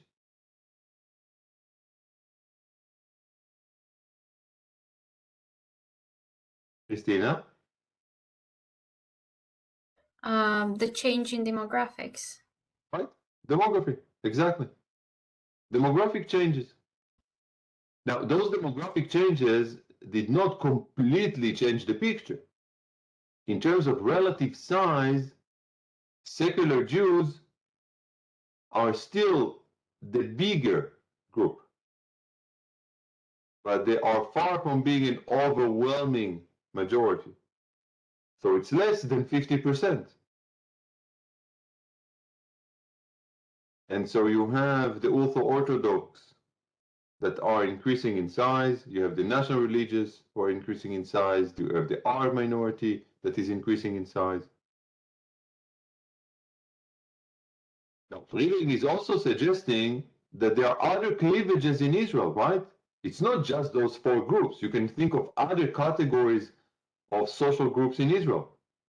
For example, what? What would be other categories, other social categories that we might turn to? Mona, that's from before or for this? It's from before. Sorry. Okay. More people. I saw that Christina and then Daniel raised their hands. More people. What are the other groups that we can think of? And Rivlin mentions in Israeli society. So yes, there are secular Jews and ultra-Orthodox and national religious and Arabs. Fine. But there are other cleavages. There are other tensions within the society. Yes, Loredana. They might be separated between left and right, between being Left rich and or right. poor, being Ashkenazi or Sephardic. So, yeah. Exactly. Right, those are important cleavages. For example, the rift between Mizrahi and Ashkenazi Jews is substantial, and we'll get into that, right? We'll get into that rift when we'll discuss Nisi Mizrahi article. But Rivlin doesn't focus on those cleavages, right? Not on the Mizrahi Ashkenazi, not on the rich poor, not on the left right. He's focusing on those 4 tribes that we mentioned before. Why? How does he explain focusing on those tribes rather than others? Again, I'll give you a moment to think about the question. Why those tribes? Why not simply have a speech about, Mizrahi and Ashkenazi, or left and right, or people who lives in cities and those who lives in the periphery? There are many possibilities.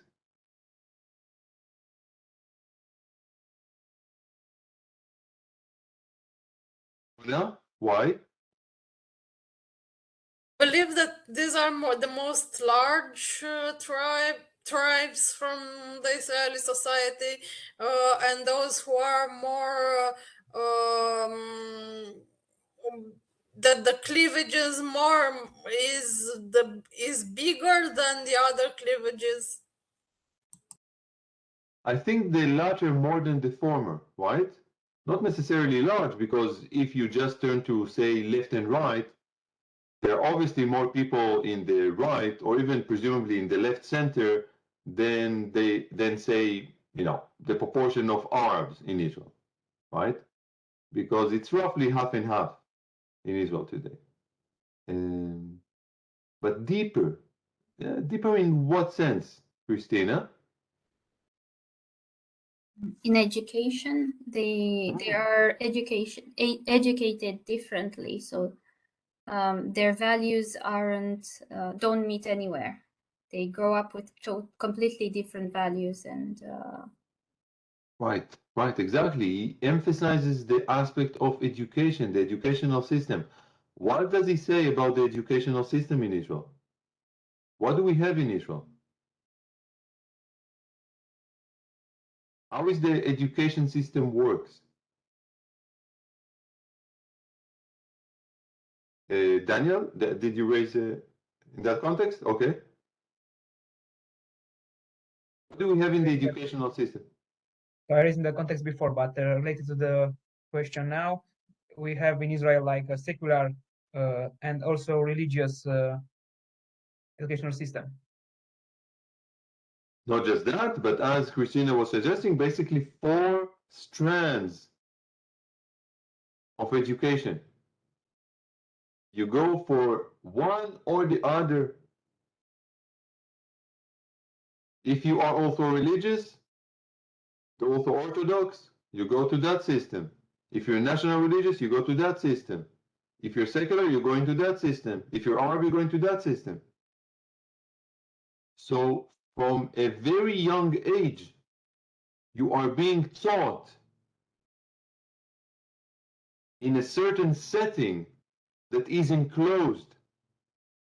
If you're also Orthodox, you are not going to learn the same things that people who are secular learning.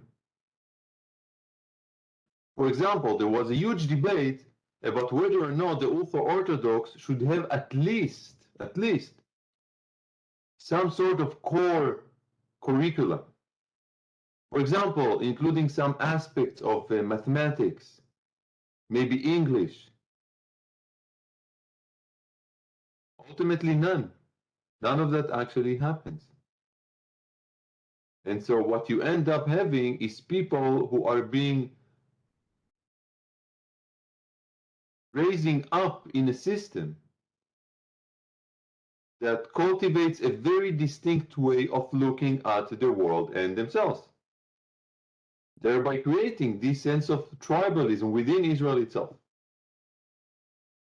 Julia, you have your hand up.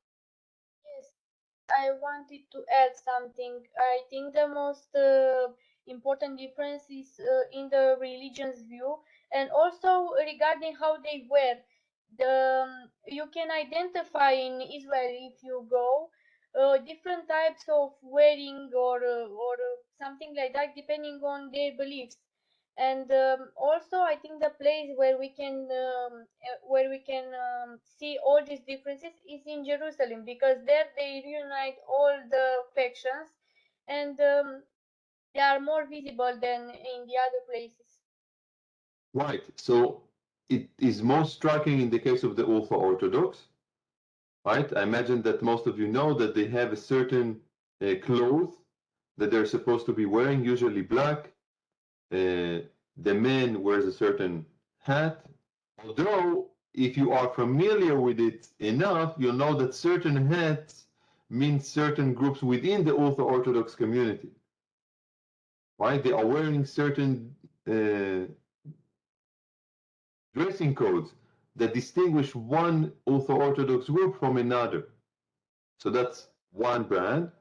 Another will be the national religious. How would you tell that someone belongs to the national religious group? What would they be wearing? I think it's that had little health The over yarmulke. their. Yeah. They will have a yarmulke. They will have a yarmulke on their head. And there too, you can find some differences between people, between groups within the national religious. And it is often said that you can tell how religious someone is by the size of their yarmulke. Supposedly, the bigger the yarmulke, the more religious the person is. When it comes to men, right? Women do not wear yarmulke usually. Of course, it is somewhat harder with secular Israelis and with Arabs, right? Some traditional Arabs would wear, for example, kafia, a certain head cover, but the overwhelming majority of Arabs would not have that. And so it would be sometimes hard to know a secular Israeli Jew from an Arab. For example, my mother was born in Iraq. I'm a Mizrahi Jew. If I let my beard go long enough, I could easily be mistaken for an Arab. And so when I will be coming to the Israeli airport, people would be asking me, who are you? Not because they want to know my name. It's not that important for them. What do they care about when they ask me a question before I'm going to the airport? What do you think? Mona? The mother, so the origin of the mother is important because it says that you are a Jew or not. Yeah, but they're not asking me about my mother. They're asking me, what's my name, where are you coming from? But they are not interested in the content of my answer. What are they interested in? What do you think? Julia? Not the nationality, but the origins in the No, or the country. no, I'm asking Loredana, yes, what do you think? If you are a threat for them in any sense, But depends how on would where they you're know? coming from. How would they know? They just ask me for my name or where I'm coming from. How would they know if I'm a threat or not? Just by telling them my name? Maybe I'm lying, right? What are they really after? Your accent, something like My that. accent, exactly. My accent. But I guess you can fake that if you know. That's a bit harder. You can, but that's a bit harder. Right? So they're interested if my accent is Israeli Jewish or Arab accent. Okay? So that's part of the tribal politics that you see in Israel and how it resonates with a topic that we touched upon, that of security. And so basically, Rivlin is telling the people in Israel, right? That was a big speech, a big occasion for that speech. He's basically telling Israelis, look, things have changed. We no longer have that, the Hebrew word is mamlachtiyut, that statism, where the state creates a sort of a big tribe with that campfire in the middle. Now we're now dispersed 4 tribes, sometimes at each other's throats, emerging from different educational systems. So what does Rivlin urge Israel is to do. And he's not just giving his speech as an academic, right? Bibi is not a sociologist like Mizrahi is, who is explaining to the people certain facts about Israel. He's the president of the state. He has an agenda, a political agenda. What does he want to achieve in giving this speech? What does he urge Israelis to do or not to do? Mona and who else? And Daniel. Anyone else?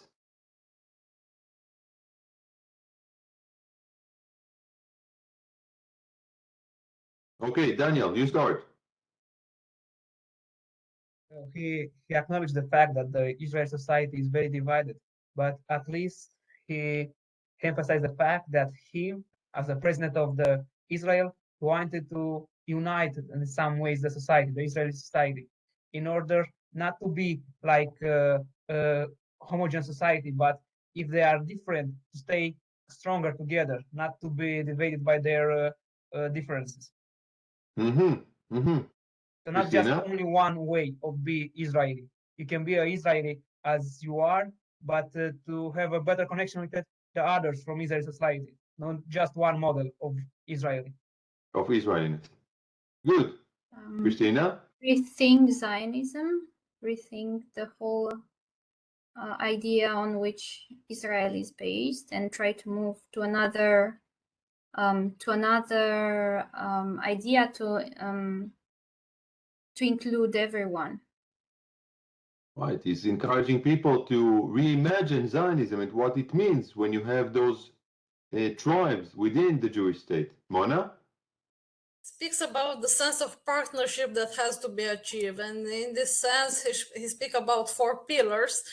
The first is the sense of security, the second is the shared responsibility, the third pillar is equity and equality, and the fourth is the creation of Israeli character, the sense of Israelness. He's trying to combat the tribalism with a new vision. Loredana? Tries to, yeah, as Mona said very well, he tries to make them a unity, because it's not sustainable if just 2 of these tribes sustain the whole society at all.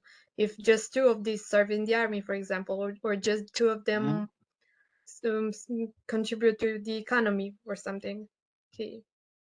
Everybody who is a part of the society gotta contribute to the country. This is fairness, equality. Exactly.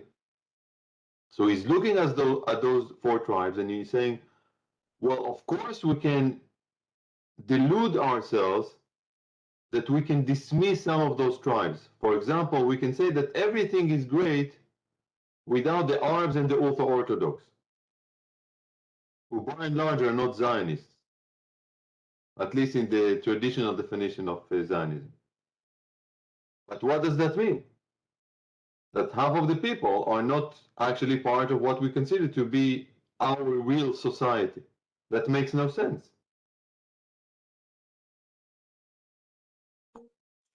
And so the fact that they do not serve in the army, they go to different educational systems, they play lesser role in our market, in Israel's economy. What do we have that our society can share? And so he outlines what Mona mentioned before, right? Those 4 elements that in his mind can give a sense of renewed hope for Israeli society to really become one society, even though it has those various components within it. Now, the reactions to Rivlin's speech were very noticeable, right? Usually, you know, the capacity of the president of the state of Israel is symbolic. He's not the prime minister, he's not calling the shots. The real decisions are taken by the prime minister and the government. But that moment, that speech became important because it cultivated a renewed discourse in Israel about those aspects of our life. To what extent are we really as one or just deeply divided society? Now, we are now almost a decade since Rivlin gave this speech, and I think that most people in today's Israel society would say that we are deeply divided. Not less, and potentially even more, than during the time of Rivlin. Just to somehow wrap up that aspect before we move on to Nissim Mizrahi's article, what do you think many Israelis would say is the biggest divide in Israel today? Which are the two, not four, which are the two big camps that you have in Israeli life, in Israeli society and politics? What would you say? Four people. It's not in, obviously, it's not in Rivlin's speech, but what do you think would be today's major divide in Israeli society and politics? To two parts, two halves, roughly the same size. What would that be?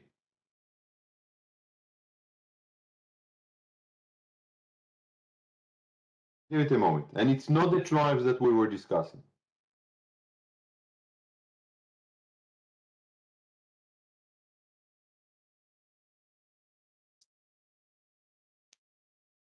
Excuse me, are you referring to political parties or?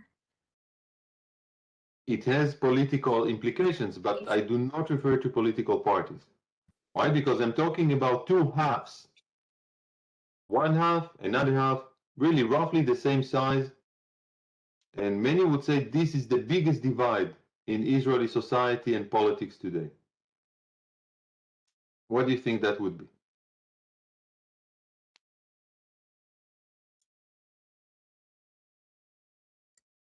Maya? Left and right. Somewhat close to that, but not entirely. You would see how it resonates. Daniel? Conservatives and Between, What? I think between the Mizrahi and Ashkenazi, because most of the Ashkenazi vote with the left wing and most of the Mizrahi vote with the right wing. Mizrahi and Ashkenazi, that is an important cleavage, as we mentioned, but again, it's not half and half, and it's only the Jews.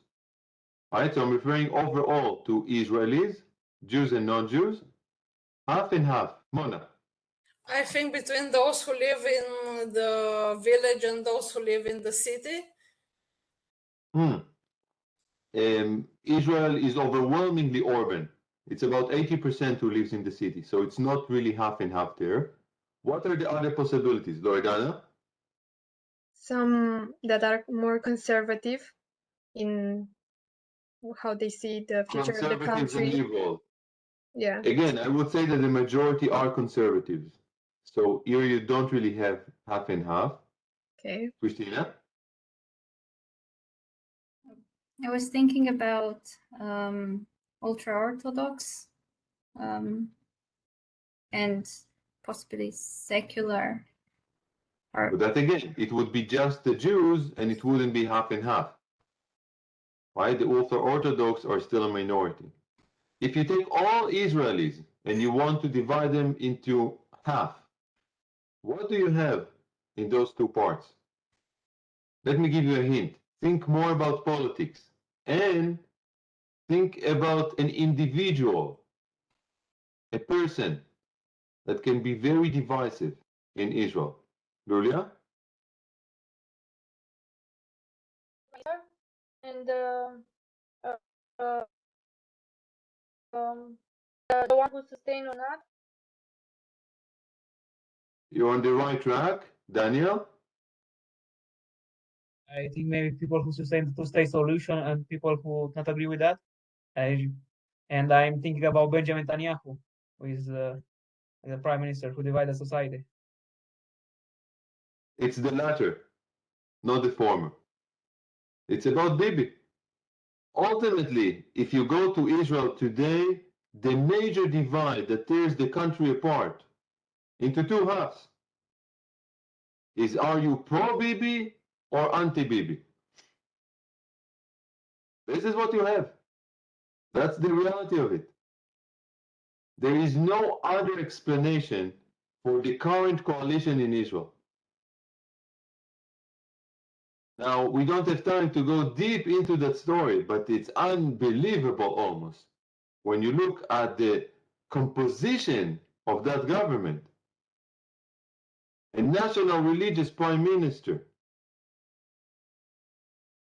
the first time in Israel's history, coming from a party with 7 seats, only 7 seats, and now even less than that, after two basically deserted him. Only 5 seats. He's the prime minister. Under him, you have people from the far right, like Lieberman, Avigdor Lieberman, who is also the representatives of many immigrants from the former Soviet Union. Gidon Sa'ar, who is very right-wing. And you have the Zionist left, the Labour Party, and the radical Zionist left, the Meretz Party. And you have an Arab party, for the first time, an independent Arab party, part of a coalition. And not just that, it is affiliated with political Islam. It is an Islamic party, by definition. It's almost unimaginable to have this grand coalition if not for one factor. What is that factor? That they are all what? All against Bibi. And then on the other side as well, people coming together just to be pro-Bibi, to be for that leader. To say that it doesn't matter what he does, and I think that you probably know he's facing serious allegations, legal allegations, about his conduct, including some severe aspects, right? Bribery. And his supporters are saying it doesn't matter. A, they don't believe the allegations. They think the whole trial is a sham. That everyone in the state, the deep state, are somehow against Bibi. And they support Bibi no matter what he does. If you look at the actual policies in terms of, the important aspect, Daniel, you mentioned before, two-state solution. It's not as if Bennett, the current government and the current prime minister, are engaging some sort of negotiations with the Palestinians about two-state solution. Nothing. And still the supporters of Bibi are accusing them of being traitors, of selling the country, because of their collaboration with the Arab party, with whom Netanyahu negotiated. I mean, the reason that they managed to have that party as part of the coalition was because Bibi himself was negotiating with the party in an attempt to bring them into his coalition, so he can continue to be a prime minister. And I think it's quite indicative about the troubles of Israeli society and politics and its discourse, that the main cleavage that tears the country apart is whether or not you support an individual. So it's less about ideology, and it's even less about identities.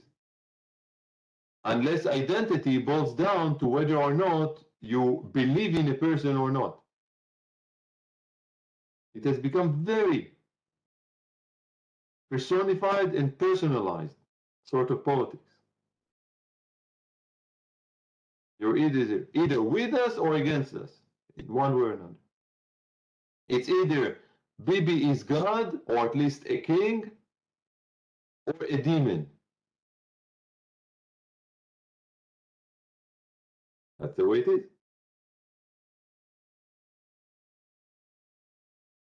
And now let's move to Mizrahi's article. We don't have much time, so we'll discuss it somewhat briefly. What is the key puzzle that drives his article? You know, he wonders about something and he wants to give an answer to it. What is the enigma? What is the riddle that he is trying to solve? Excuse me, can I just say something before we start? I made a mistake. I didn't find that one, and I didn't read it. And I just realized you it don't in the. I realized it before the start of the class. Okay, okay. Sorry. Thank you for letting us know. Thanks. So what is Mizrahi's article all about? What is that puzzle? Yes, Daniel. He was wondering why the Mizrahi, instead of voting for right wing, instead of voting for left wing, they vote for right wing because the left wing either promotes the message like liberation, like social justice, and he's wondering why they Mizrahi don't choose to vote for liberals. Right. And this is something that intrigues a lot of people in Israel. I mean, you would expect the people who are less well off,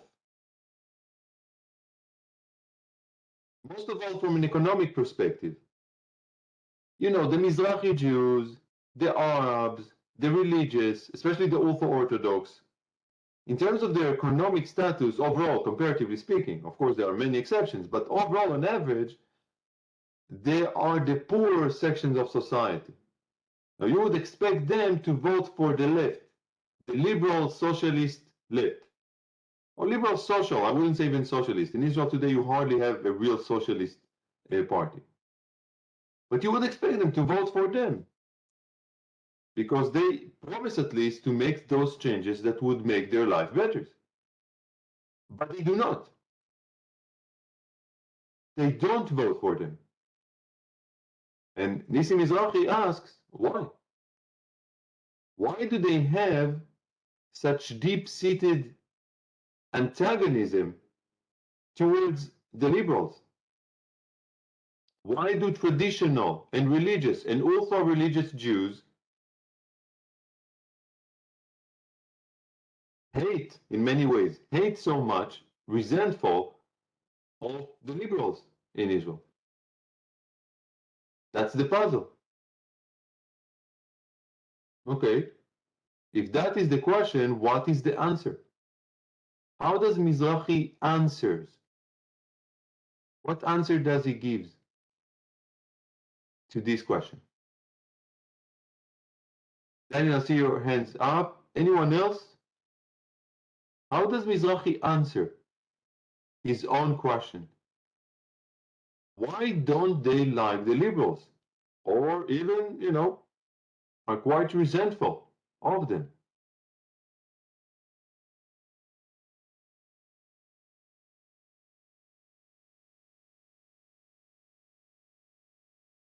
Daniel, yes. Because paradoxically, they perceive the liberals like a threat for their identity. And in this context, identities prevail over the economic aspects. Why would they be considered as traitors to the identity? And what sort of identity do they betray?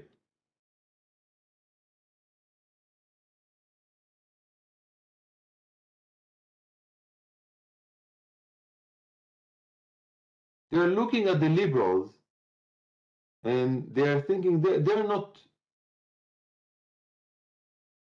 our allies. In some ways, they look at them and say they are our enemies. They are traitors. They are betraying what? They are betraying whom?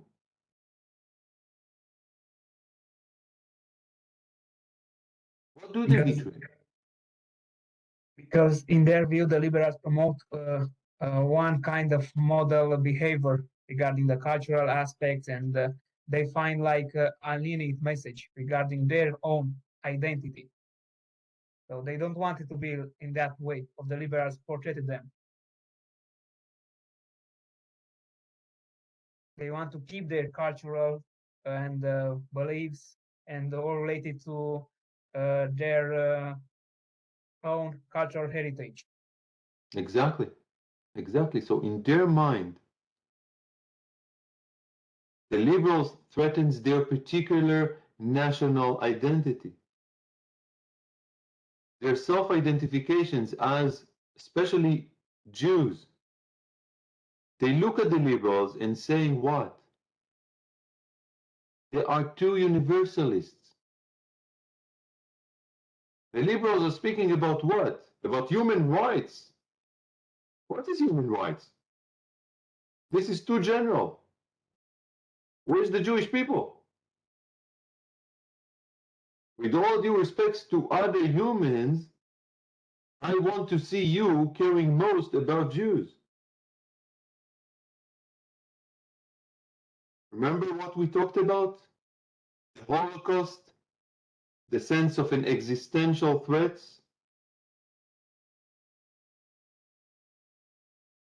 This is what you should care about. Not human rights or civil rights in general, not a sort of an ideal cosmopolitanism or globalization. We want to know that you care most about us, your people. And by your people, the meaning is not Israelis in general, but specifically the Jewish and perhaps the Israeli Jewish people. And you liberals, by talking about human rights, are undermining us, Israeli Jews. I'll give you one brief example. Consider what I mentioned before about the way that Israel approached the crisis in Ukraine. Right? Many countries, perhaps not enough, but several countries have opened the gate of immigration for Ukrainians who are trying to flee their country. You know, Germany is the most noticeable case, but other countries as well. Now, many Ukrainians, not the majority by far, but many Ukrainians wanted to seek refuge in Israel. And what did I mention before? That Israel made it quite hard for Ukrainians who are not Jewish to arrive in Israel. The reason? The Ministry of Interior Affairs is run by Ayelet Shaked. She's from the party of Bennett, the National Religious Party. And she certainly considers herself as part of that rejection of universalist liberalism. And basically she's saying, with all due respect to Ukrainian suffering, I care most about Jews. For Jews coming from Ukraine, the door is wide open. For non-Jewish Ukrainians, there will be plenty of regulations and limitations with the obvious goal to basically signal to them, you're not really wanted.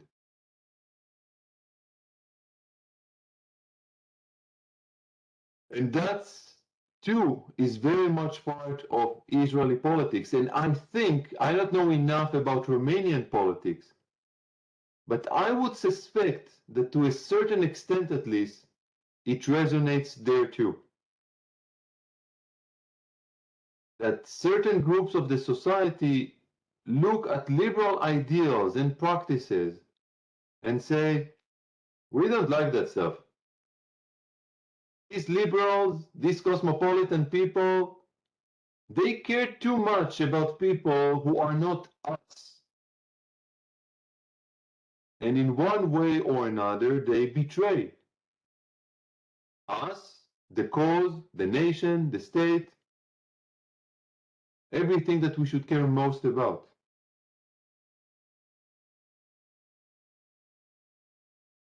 So Israel, in some important ways, is just a part of a bigger puzzle and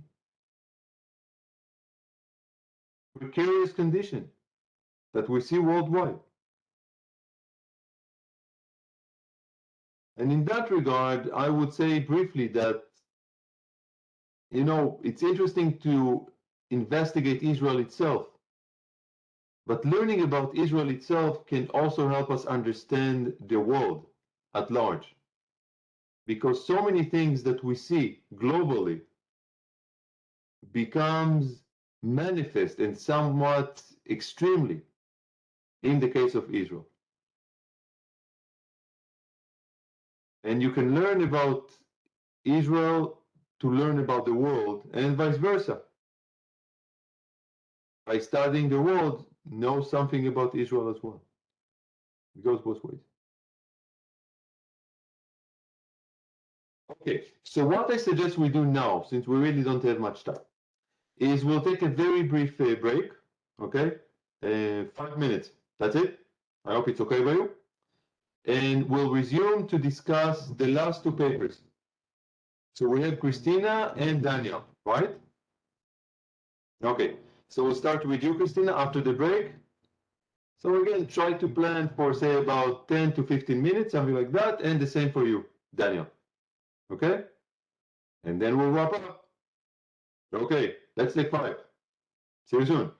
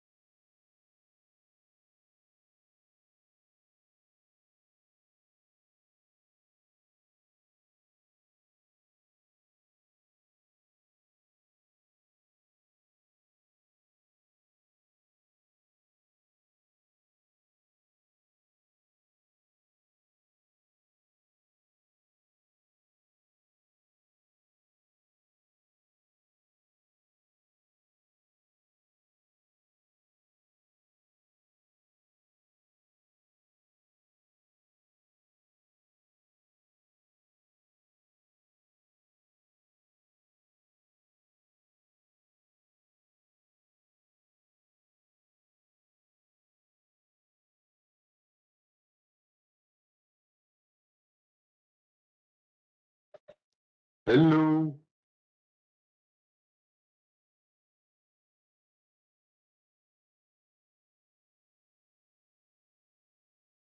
All alone am I.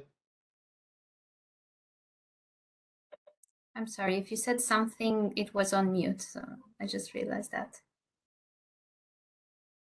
Was I on mute? No, I was on, it was my computer muted. I couldn't hear anything. No worries.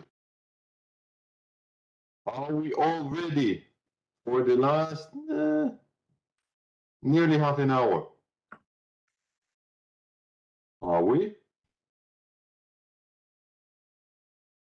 Let's make a camera on party. Everyone with their camera on. Do we dare?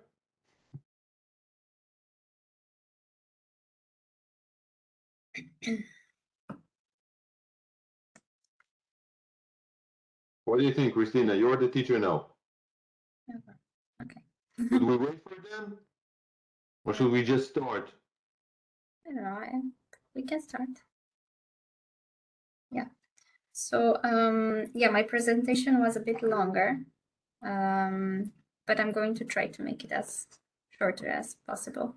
I don't have a PowerPoint. I should say, it's fine by me to stay after hour, right? I mean, we started a bit late and it is our last class. So by me, it's fine. I mean, if you don't have to run to anything, I'm okay with staying, but try to make it more condensed. Okay, yeah. So, my my article was multiculturalism in deeply divided societies in the with the Israeli case. So the main subject of the article is the state of multiculturalism in Israel in the context of Jewish-Arab relations. Firstly, the author focuses on the theoretical framework and then moves to the case of Israel. So on the theoretical framework, there is a key question: how is it possible to respond to the demands of by minority groups for equality and the preservation of their cultural uniqueness, while giving primacy to the national interest and national unity? So there is this dynamic between minority and majority, and the interest of the minority and the interest of the majority, and also the national unity. Now, multiculturalism is defined in the article as a policy which seeks to find a balance between the interest of the minority, the immigrants who seek to preserve their culture, and the need to maintain social and political stability. And this definition is criticized. The criticisms come from two different angles of the society: the conservatives and the radical left. The conservatives talk about the fact that diversity endangers the coherence of unity of the society, while the radical left focuses on the fact that difference can create dependency of the minority groups, its leaders, organization, and so on. Also, multiculturalism is seen in two ways. So the first one, it's McLaren, who says there are four forms of multiculturalism. So the conservative, the liberal view, the left liberal view, and the critical resistance multiculturalism. And also two kinds of cultural diversity: a variety and critical perspective. I don't know if I should get deeply into these, what they mean, or... I think that it's interesting stuff, but maybe so we can devote more time to the Israeli case, it's better to skip that theoretical aspect, although it is fascinating. Yeah. That's why I wrote about it. I thought it was important, but still not. Do you want to later perhaps send the papers to people, to your summary, if you want to? Yeah, I will. So in the case of Israel, this aspect of multiculturalism is reflected or not reflected in the educational system, and the impact of the division of the between the curriculum, Hebrew and the Arab education curriculum. In the subject of history, they was the article. Sorry. It was, so the article was treating the subject of curriculum of history. Okay, so in Israel there is the indigenous minority, which previously was a majority, and the status of the Arabs in relations with Jewish counterpart is guided by three factors: the democratic character of the state, the Jewish Zionist nature of the state, and the security considerations. Now, the democratic character of the state gives the Palestinians the possibility of political representations, to organize themselves in political party and to advance their case. And however, the author says that Israeli democracy is not always compatible with the state's ethno-national character, in the sense that Israel is founded by Jews for Jewish people, is reflected in formal identity, and it's reflected in the formal identity and the institutional structure. And the allocation of resources, the spatial policies, and others as such. Now, the conflict has deepened the division between the two. Jewish Israelis tend to perceive Arabs, and she says, as a hostile minority or security risk. So in terms of the curriculum,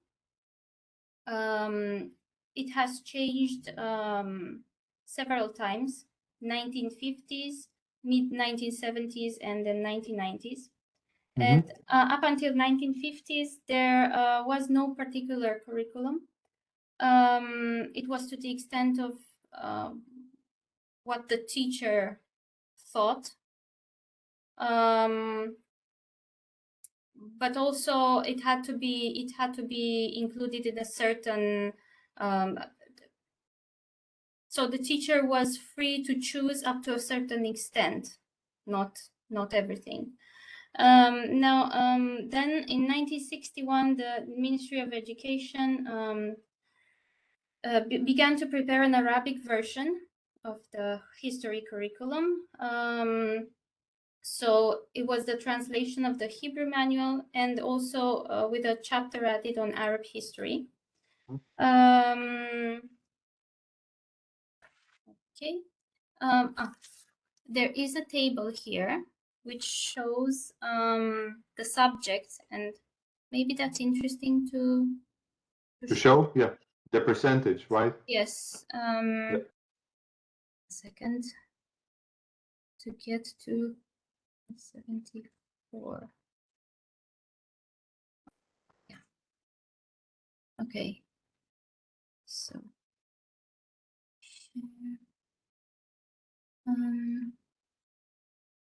this one. Can you see?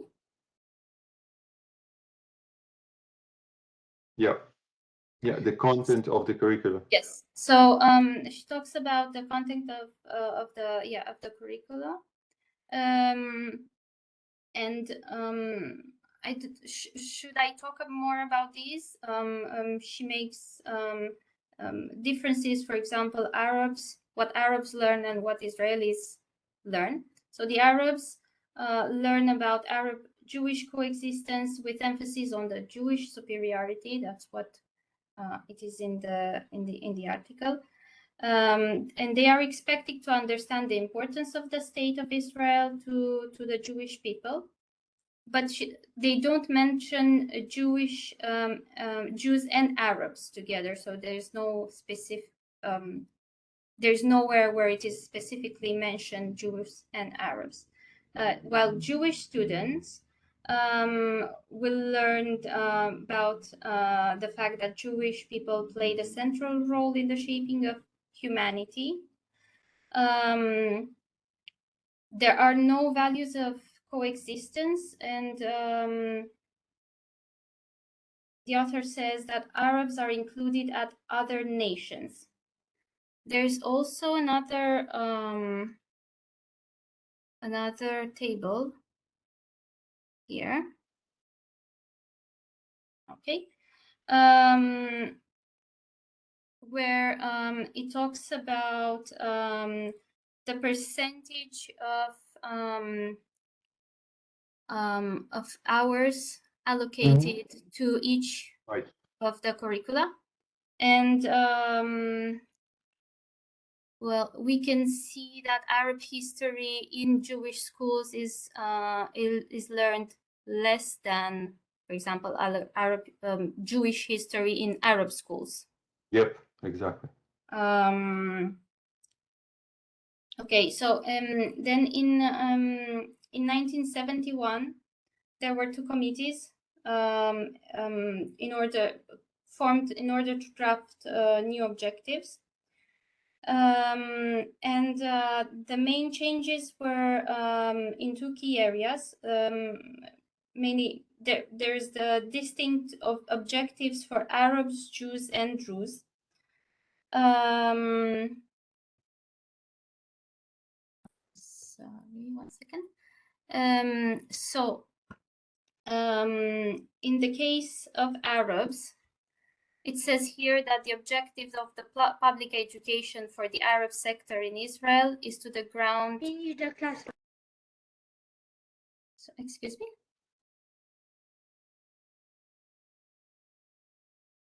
Is anyone trying to say something? No.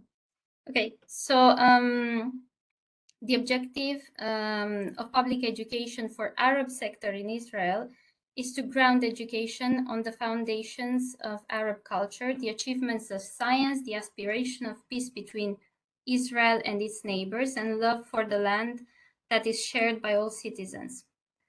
But this is not, as it says afterwards, the achievement evaporated when the words shared by all its citizens were deleted. Okay.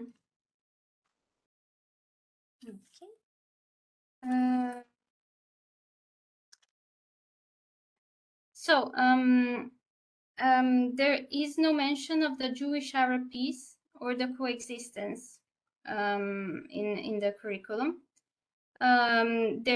The author also mentions that there is no recognition of Arabs as national minority, which is a part of the Palestinian people. Then again, in 1980s, the curriculum makes distinction between information and values. So the analysis of the social phenomenon to contextualize, they emphasize the importance of tolerance and understanding, the feeling of identification with the Arab nations and nation and the state of Israel, and the feeling of identification with the Arab nation becomes a central objective. However, again, there is no mention of the Palestinian people, but it mentions Jewish-Arab coexistence, the importance of Jewish contribution, but with no parallel in Jewish schools. So while the Arabic, the Arabic curriculum changes, the author says that there is no important change in the Jewish in the Hebrew curriculum as well. And then from 1990s, when it changes again, it focuses again. It focuses on values, and we have the educational values, judgment of historical events on the basis of humane and ethical values, fostering understanding, toleration of feelings, traditions, ways of lives of others. There is no ideas, however, specifically again on Arab-Israeli or Israeli-Palestinian conflict. In Arab schools, there is a sense of affiliation with Palestinian Arab people and State of Israel becomes a central objective. The author assumes there is a change in the attitudes, but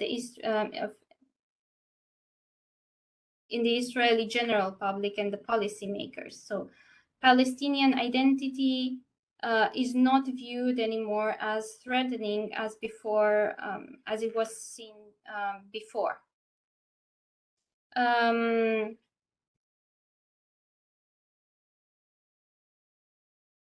There is a lack of clarity, however, in regards to the nature of the state of Israel in relations with the status of the Arab citizens.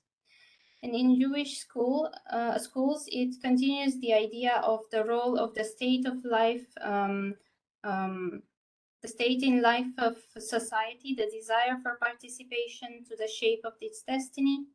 Arabs, however, while Jews are called on to actively participate in the life of the state, Arabs are not called to directly participate.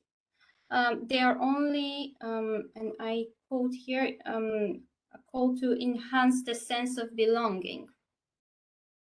It says somewhere. To Israel and to the society.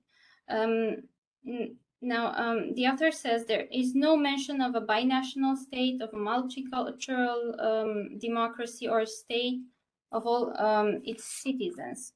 So yeah, it's quite critical, this article. At a certain point, I started to ask myself whether I'm understanding it or not. Yeah, it is. It is very critical. Yeah. Yeah. So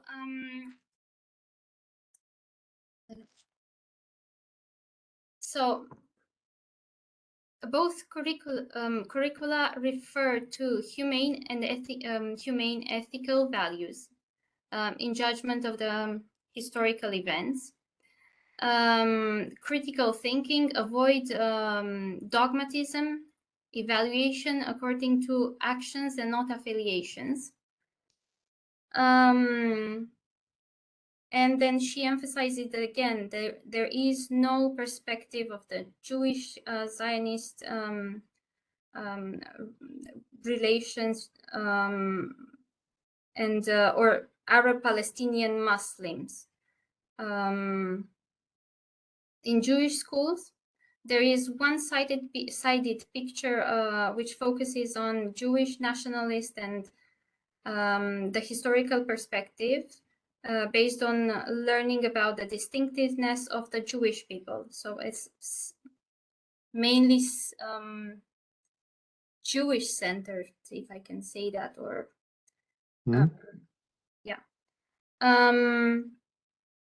Overall, the author thinks that the history curriculum reflects a dominant ethno-national culture controlled by the Jewish majority, an asymmetrical relationship between Arabs and Jews, manifested in the educational and the cultural system. A message internalized by Jewish students is that Israel is a Jewish state for Jews And there's no attempt to foster an idea of Arab as a separate but also an equal component of the state. And again, along the years, she sees that Arab students are called to accept the situation and not participate actively. So Jewish school is still very far from multicultural education, while Arab curriculum refers to the conflict in a balanced manner, and the majority-minority relations, as reflected in this education system, is far from being a model of multiculturalism, and it rather deepens the group alienation. And that's about it. Very, very critical. Yep, indeed. Thank you so much. Okay, so what question do you have in mind for the class? 1 second, I'm just trying to. How do I stop this? I would like to stop the sharing. Yeah, Okay. the sharing. Yeah. Okay, so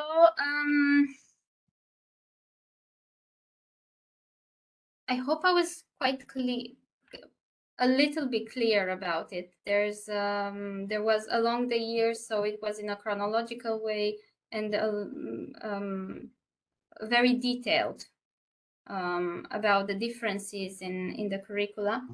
So I was thinking about the idea of tolerance in the whole after reading the article, and a first question would be if you think that tolerance has a positive value, or could it be a rather negative one? So thinking about the educational system and about the relationship between the relations between minority and majority, and the idea of tolerance.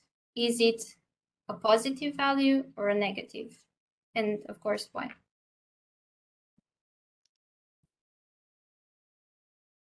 Ona? I believe that is a positive value tolerance, and tolerance value shaping must be including as a principle of choosing a curricula.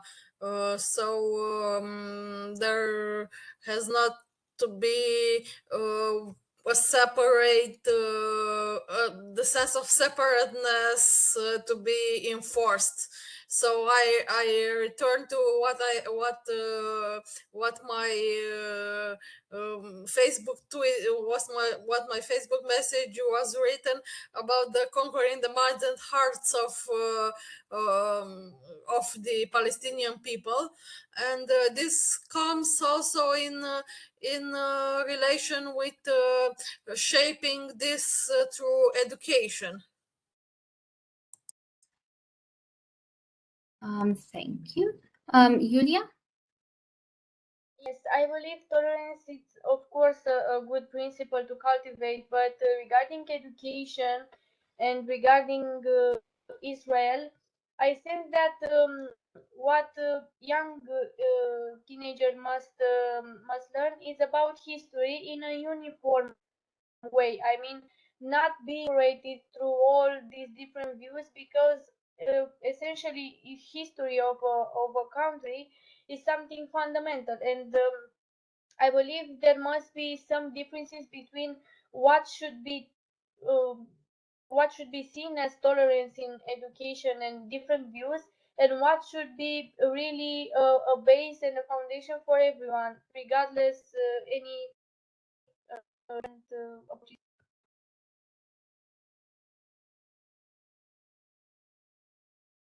Okay, thank you very much. Now another one.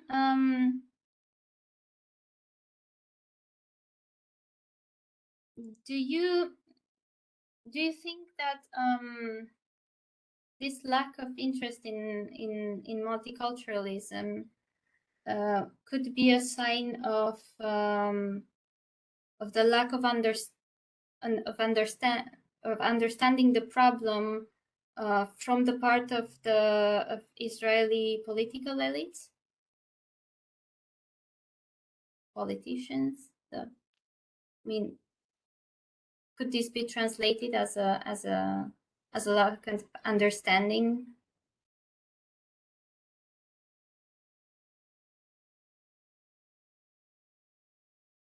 Mona? The article, this idea makes impression, but I don't know if there is a lack of understanding. I think that Israeli politicians have to have their to care about their state, and the fact that there is there cannot be I don't know, a separate idea of another Palestinian state and so on and so forth. And I think that there is not a lack of mentality, a lack of understanding of mentality, but it is the politics who have to shape the educational system, and there are core values that must be followed. And okay, I think that tolerance is a value that must be put into force, but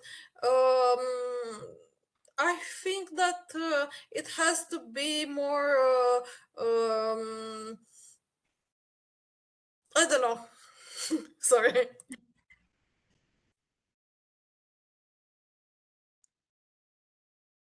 Should I ask more questions or should I stop here? I do wonder, considering the time, I know that we need an extension. We still have Daniel's paper. I think that in the interest of time, we should probably cut now, if that's okay by you. Thank you so much, Christina. I think that was excellent. A very challenging article, a bit all over the place. It has both the theoretical part, the empirical part, and I think that you surveyed the argument very well. And the two questions were right on point. Thank you. Excellent.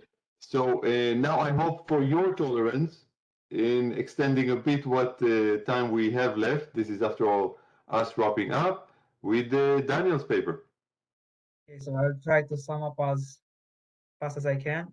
Just can you give me the possibility to share the content?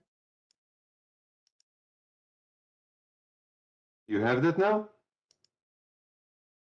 Yeah, sorry. Okay.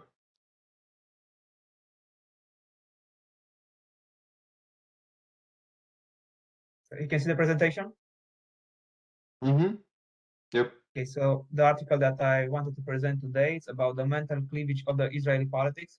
It was written down by A.R. Levin.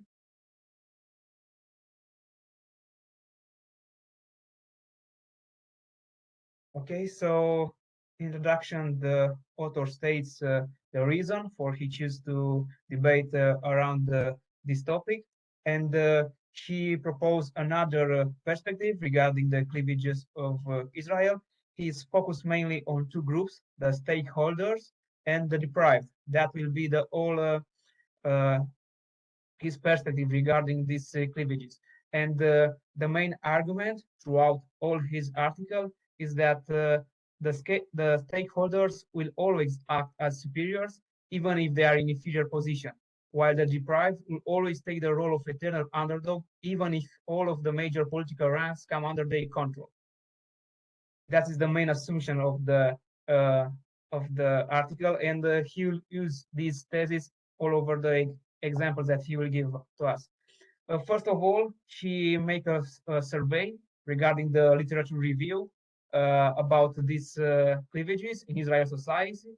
He discussed about the ethnic cleavages that we already mentioned before, about the Ashkenazi and Sephardi or Mizrahi Jews. Also, he mentioned the religious cleavage between ultra-Orthodox, secular, and traditionals, and the political cleavage between the right wing and left wing political. This is most important for him because he will use the stakeholders and the deprived in order to focus on this specific cleavage.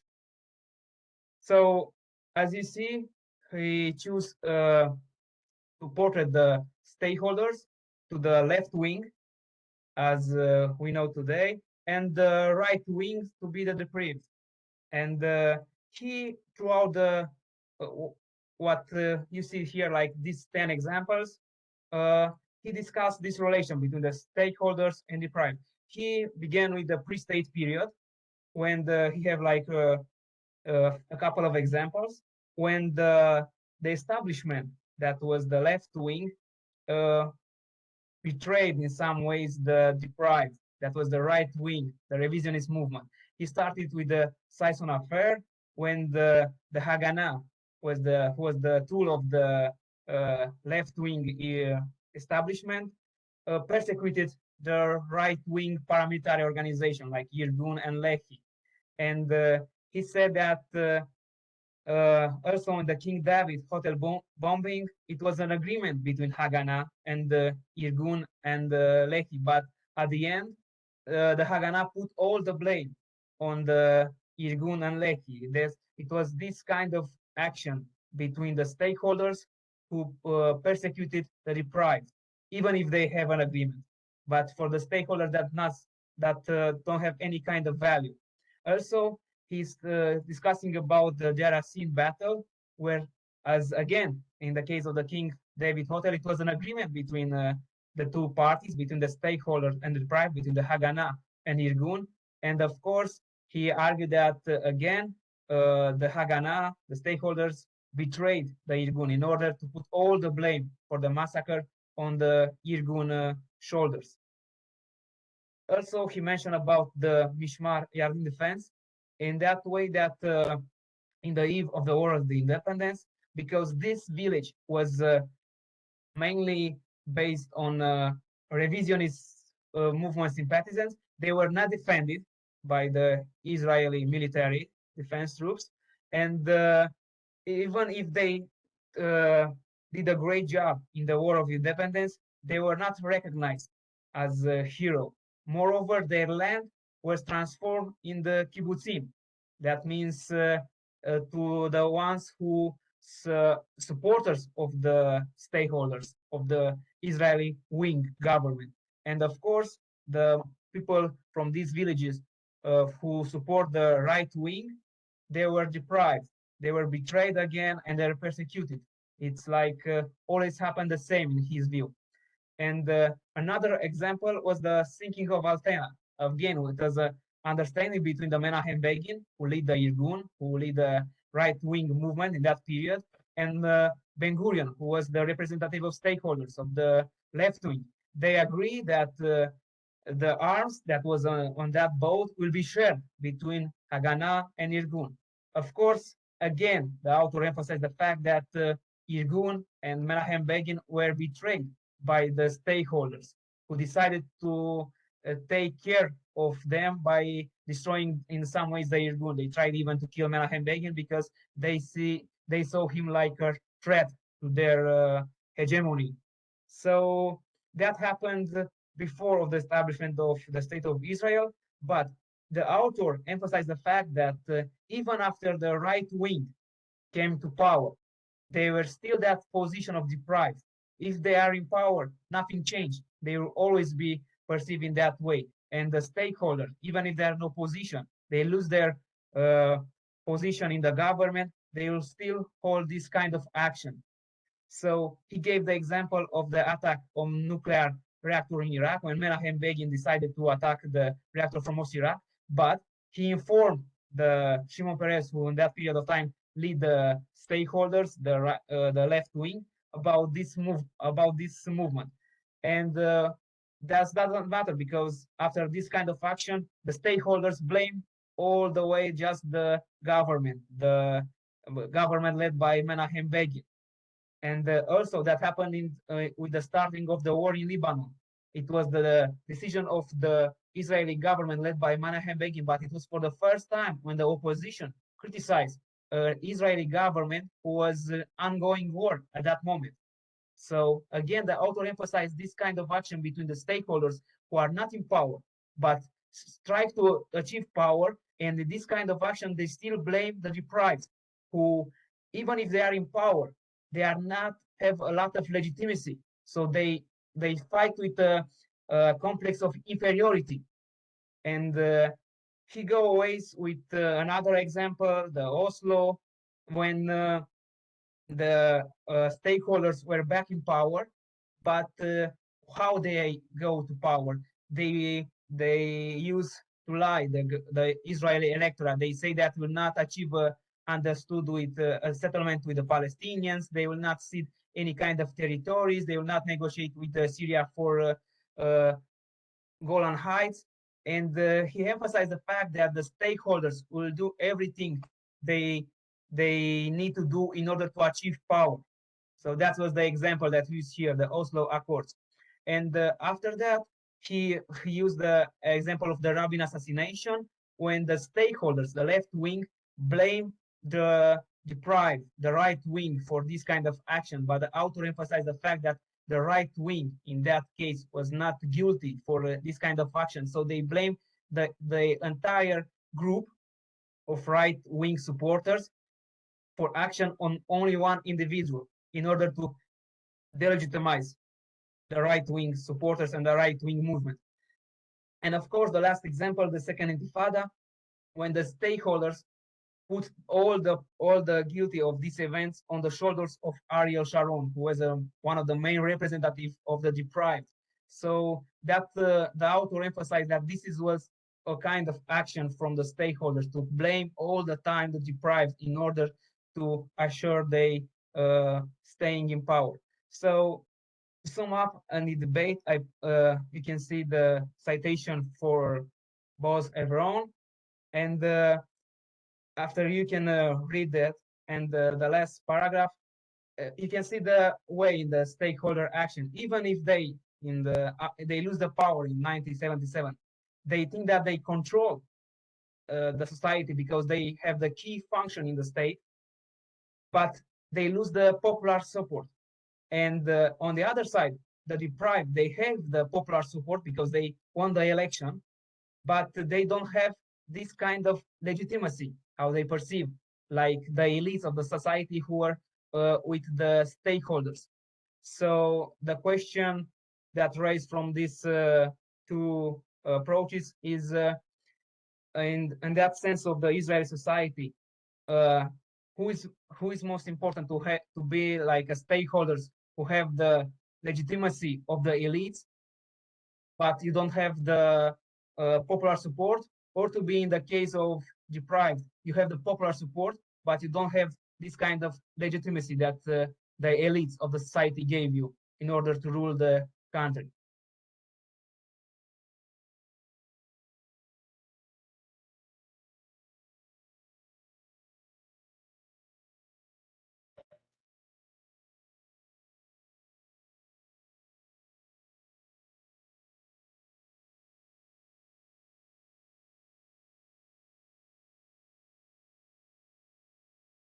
I see Mona. Okay, Mona, you can I answer. think if you have popular support, you have all, and you can gain legitimacy by being voted by the people. So if you're a stakeholder and you don't have popular support, you will lose that support.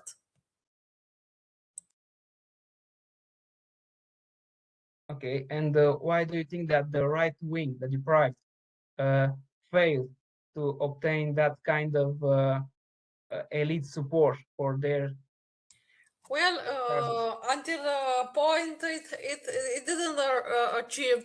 Maybe it didn't have the appropriate discourse for this, but I know that the right wing has gained power after a while, after the I don't remember exactly the time, but I know that it gained the power after some time. Yeah, they rise in power. 1977. And one question: do you think so? Anyone who is present here, does he think that the right wing in Israel today, discussed today, they still have this kind of inferiority complex regarding the support of the elites for them?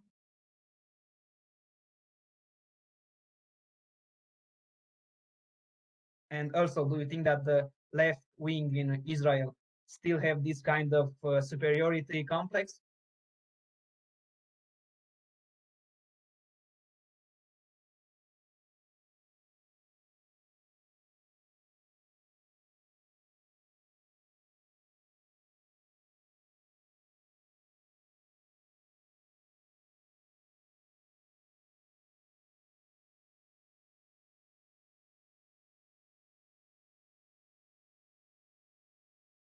Okay, so maybe I will answer.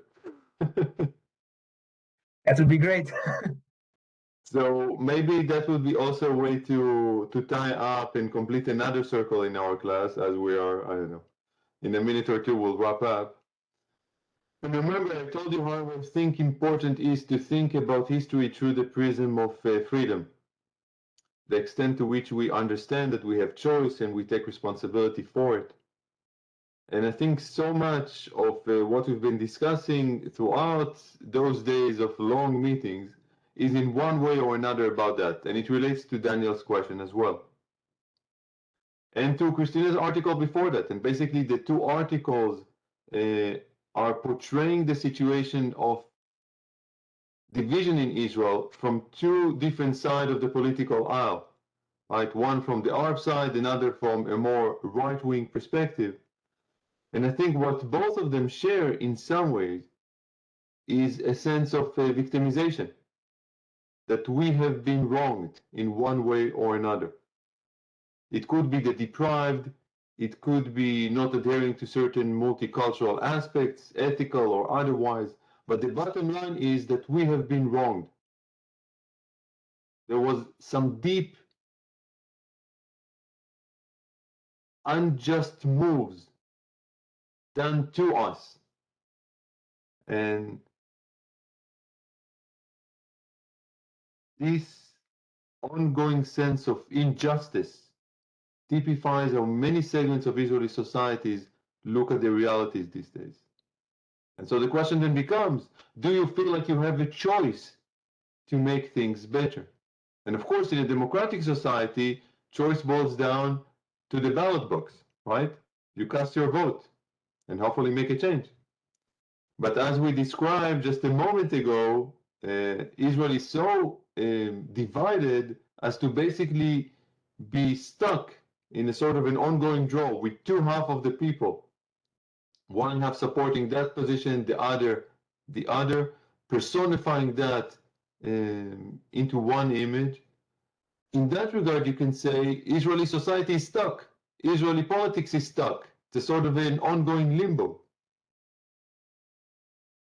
But I still think, even considering this ongoing draw, this ongoing limbo, is that Israel also manifests a sense of hope, a sense that things can be different, a sense that we can still make it better.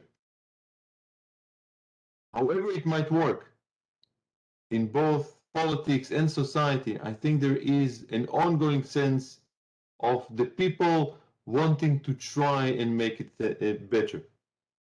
You know, you go to Israel and it's a hard place to be in. It can be fun to visit, but Israelis can be tough. But what you always sense is also that sense of vibrancy. The place is alive, it's bustling. There is an ongoing attempt to try and seek something that might help make things happier, hopeful. So this journey still goes on. in Israel today. And I hope it will continue to.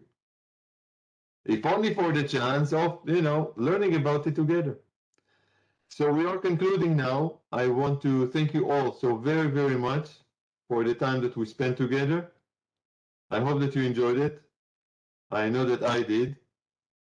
And, feel free to reach out. I'm available, email, otherwise. So keep safe and enjoy the summer. Okay? Thank you also very much. Thank you very much, Professor. Also have a nice summer. Thank you. Thank you all. Thank you. Enjoy yourself. Thank you. Take care and bye-bye.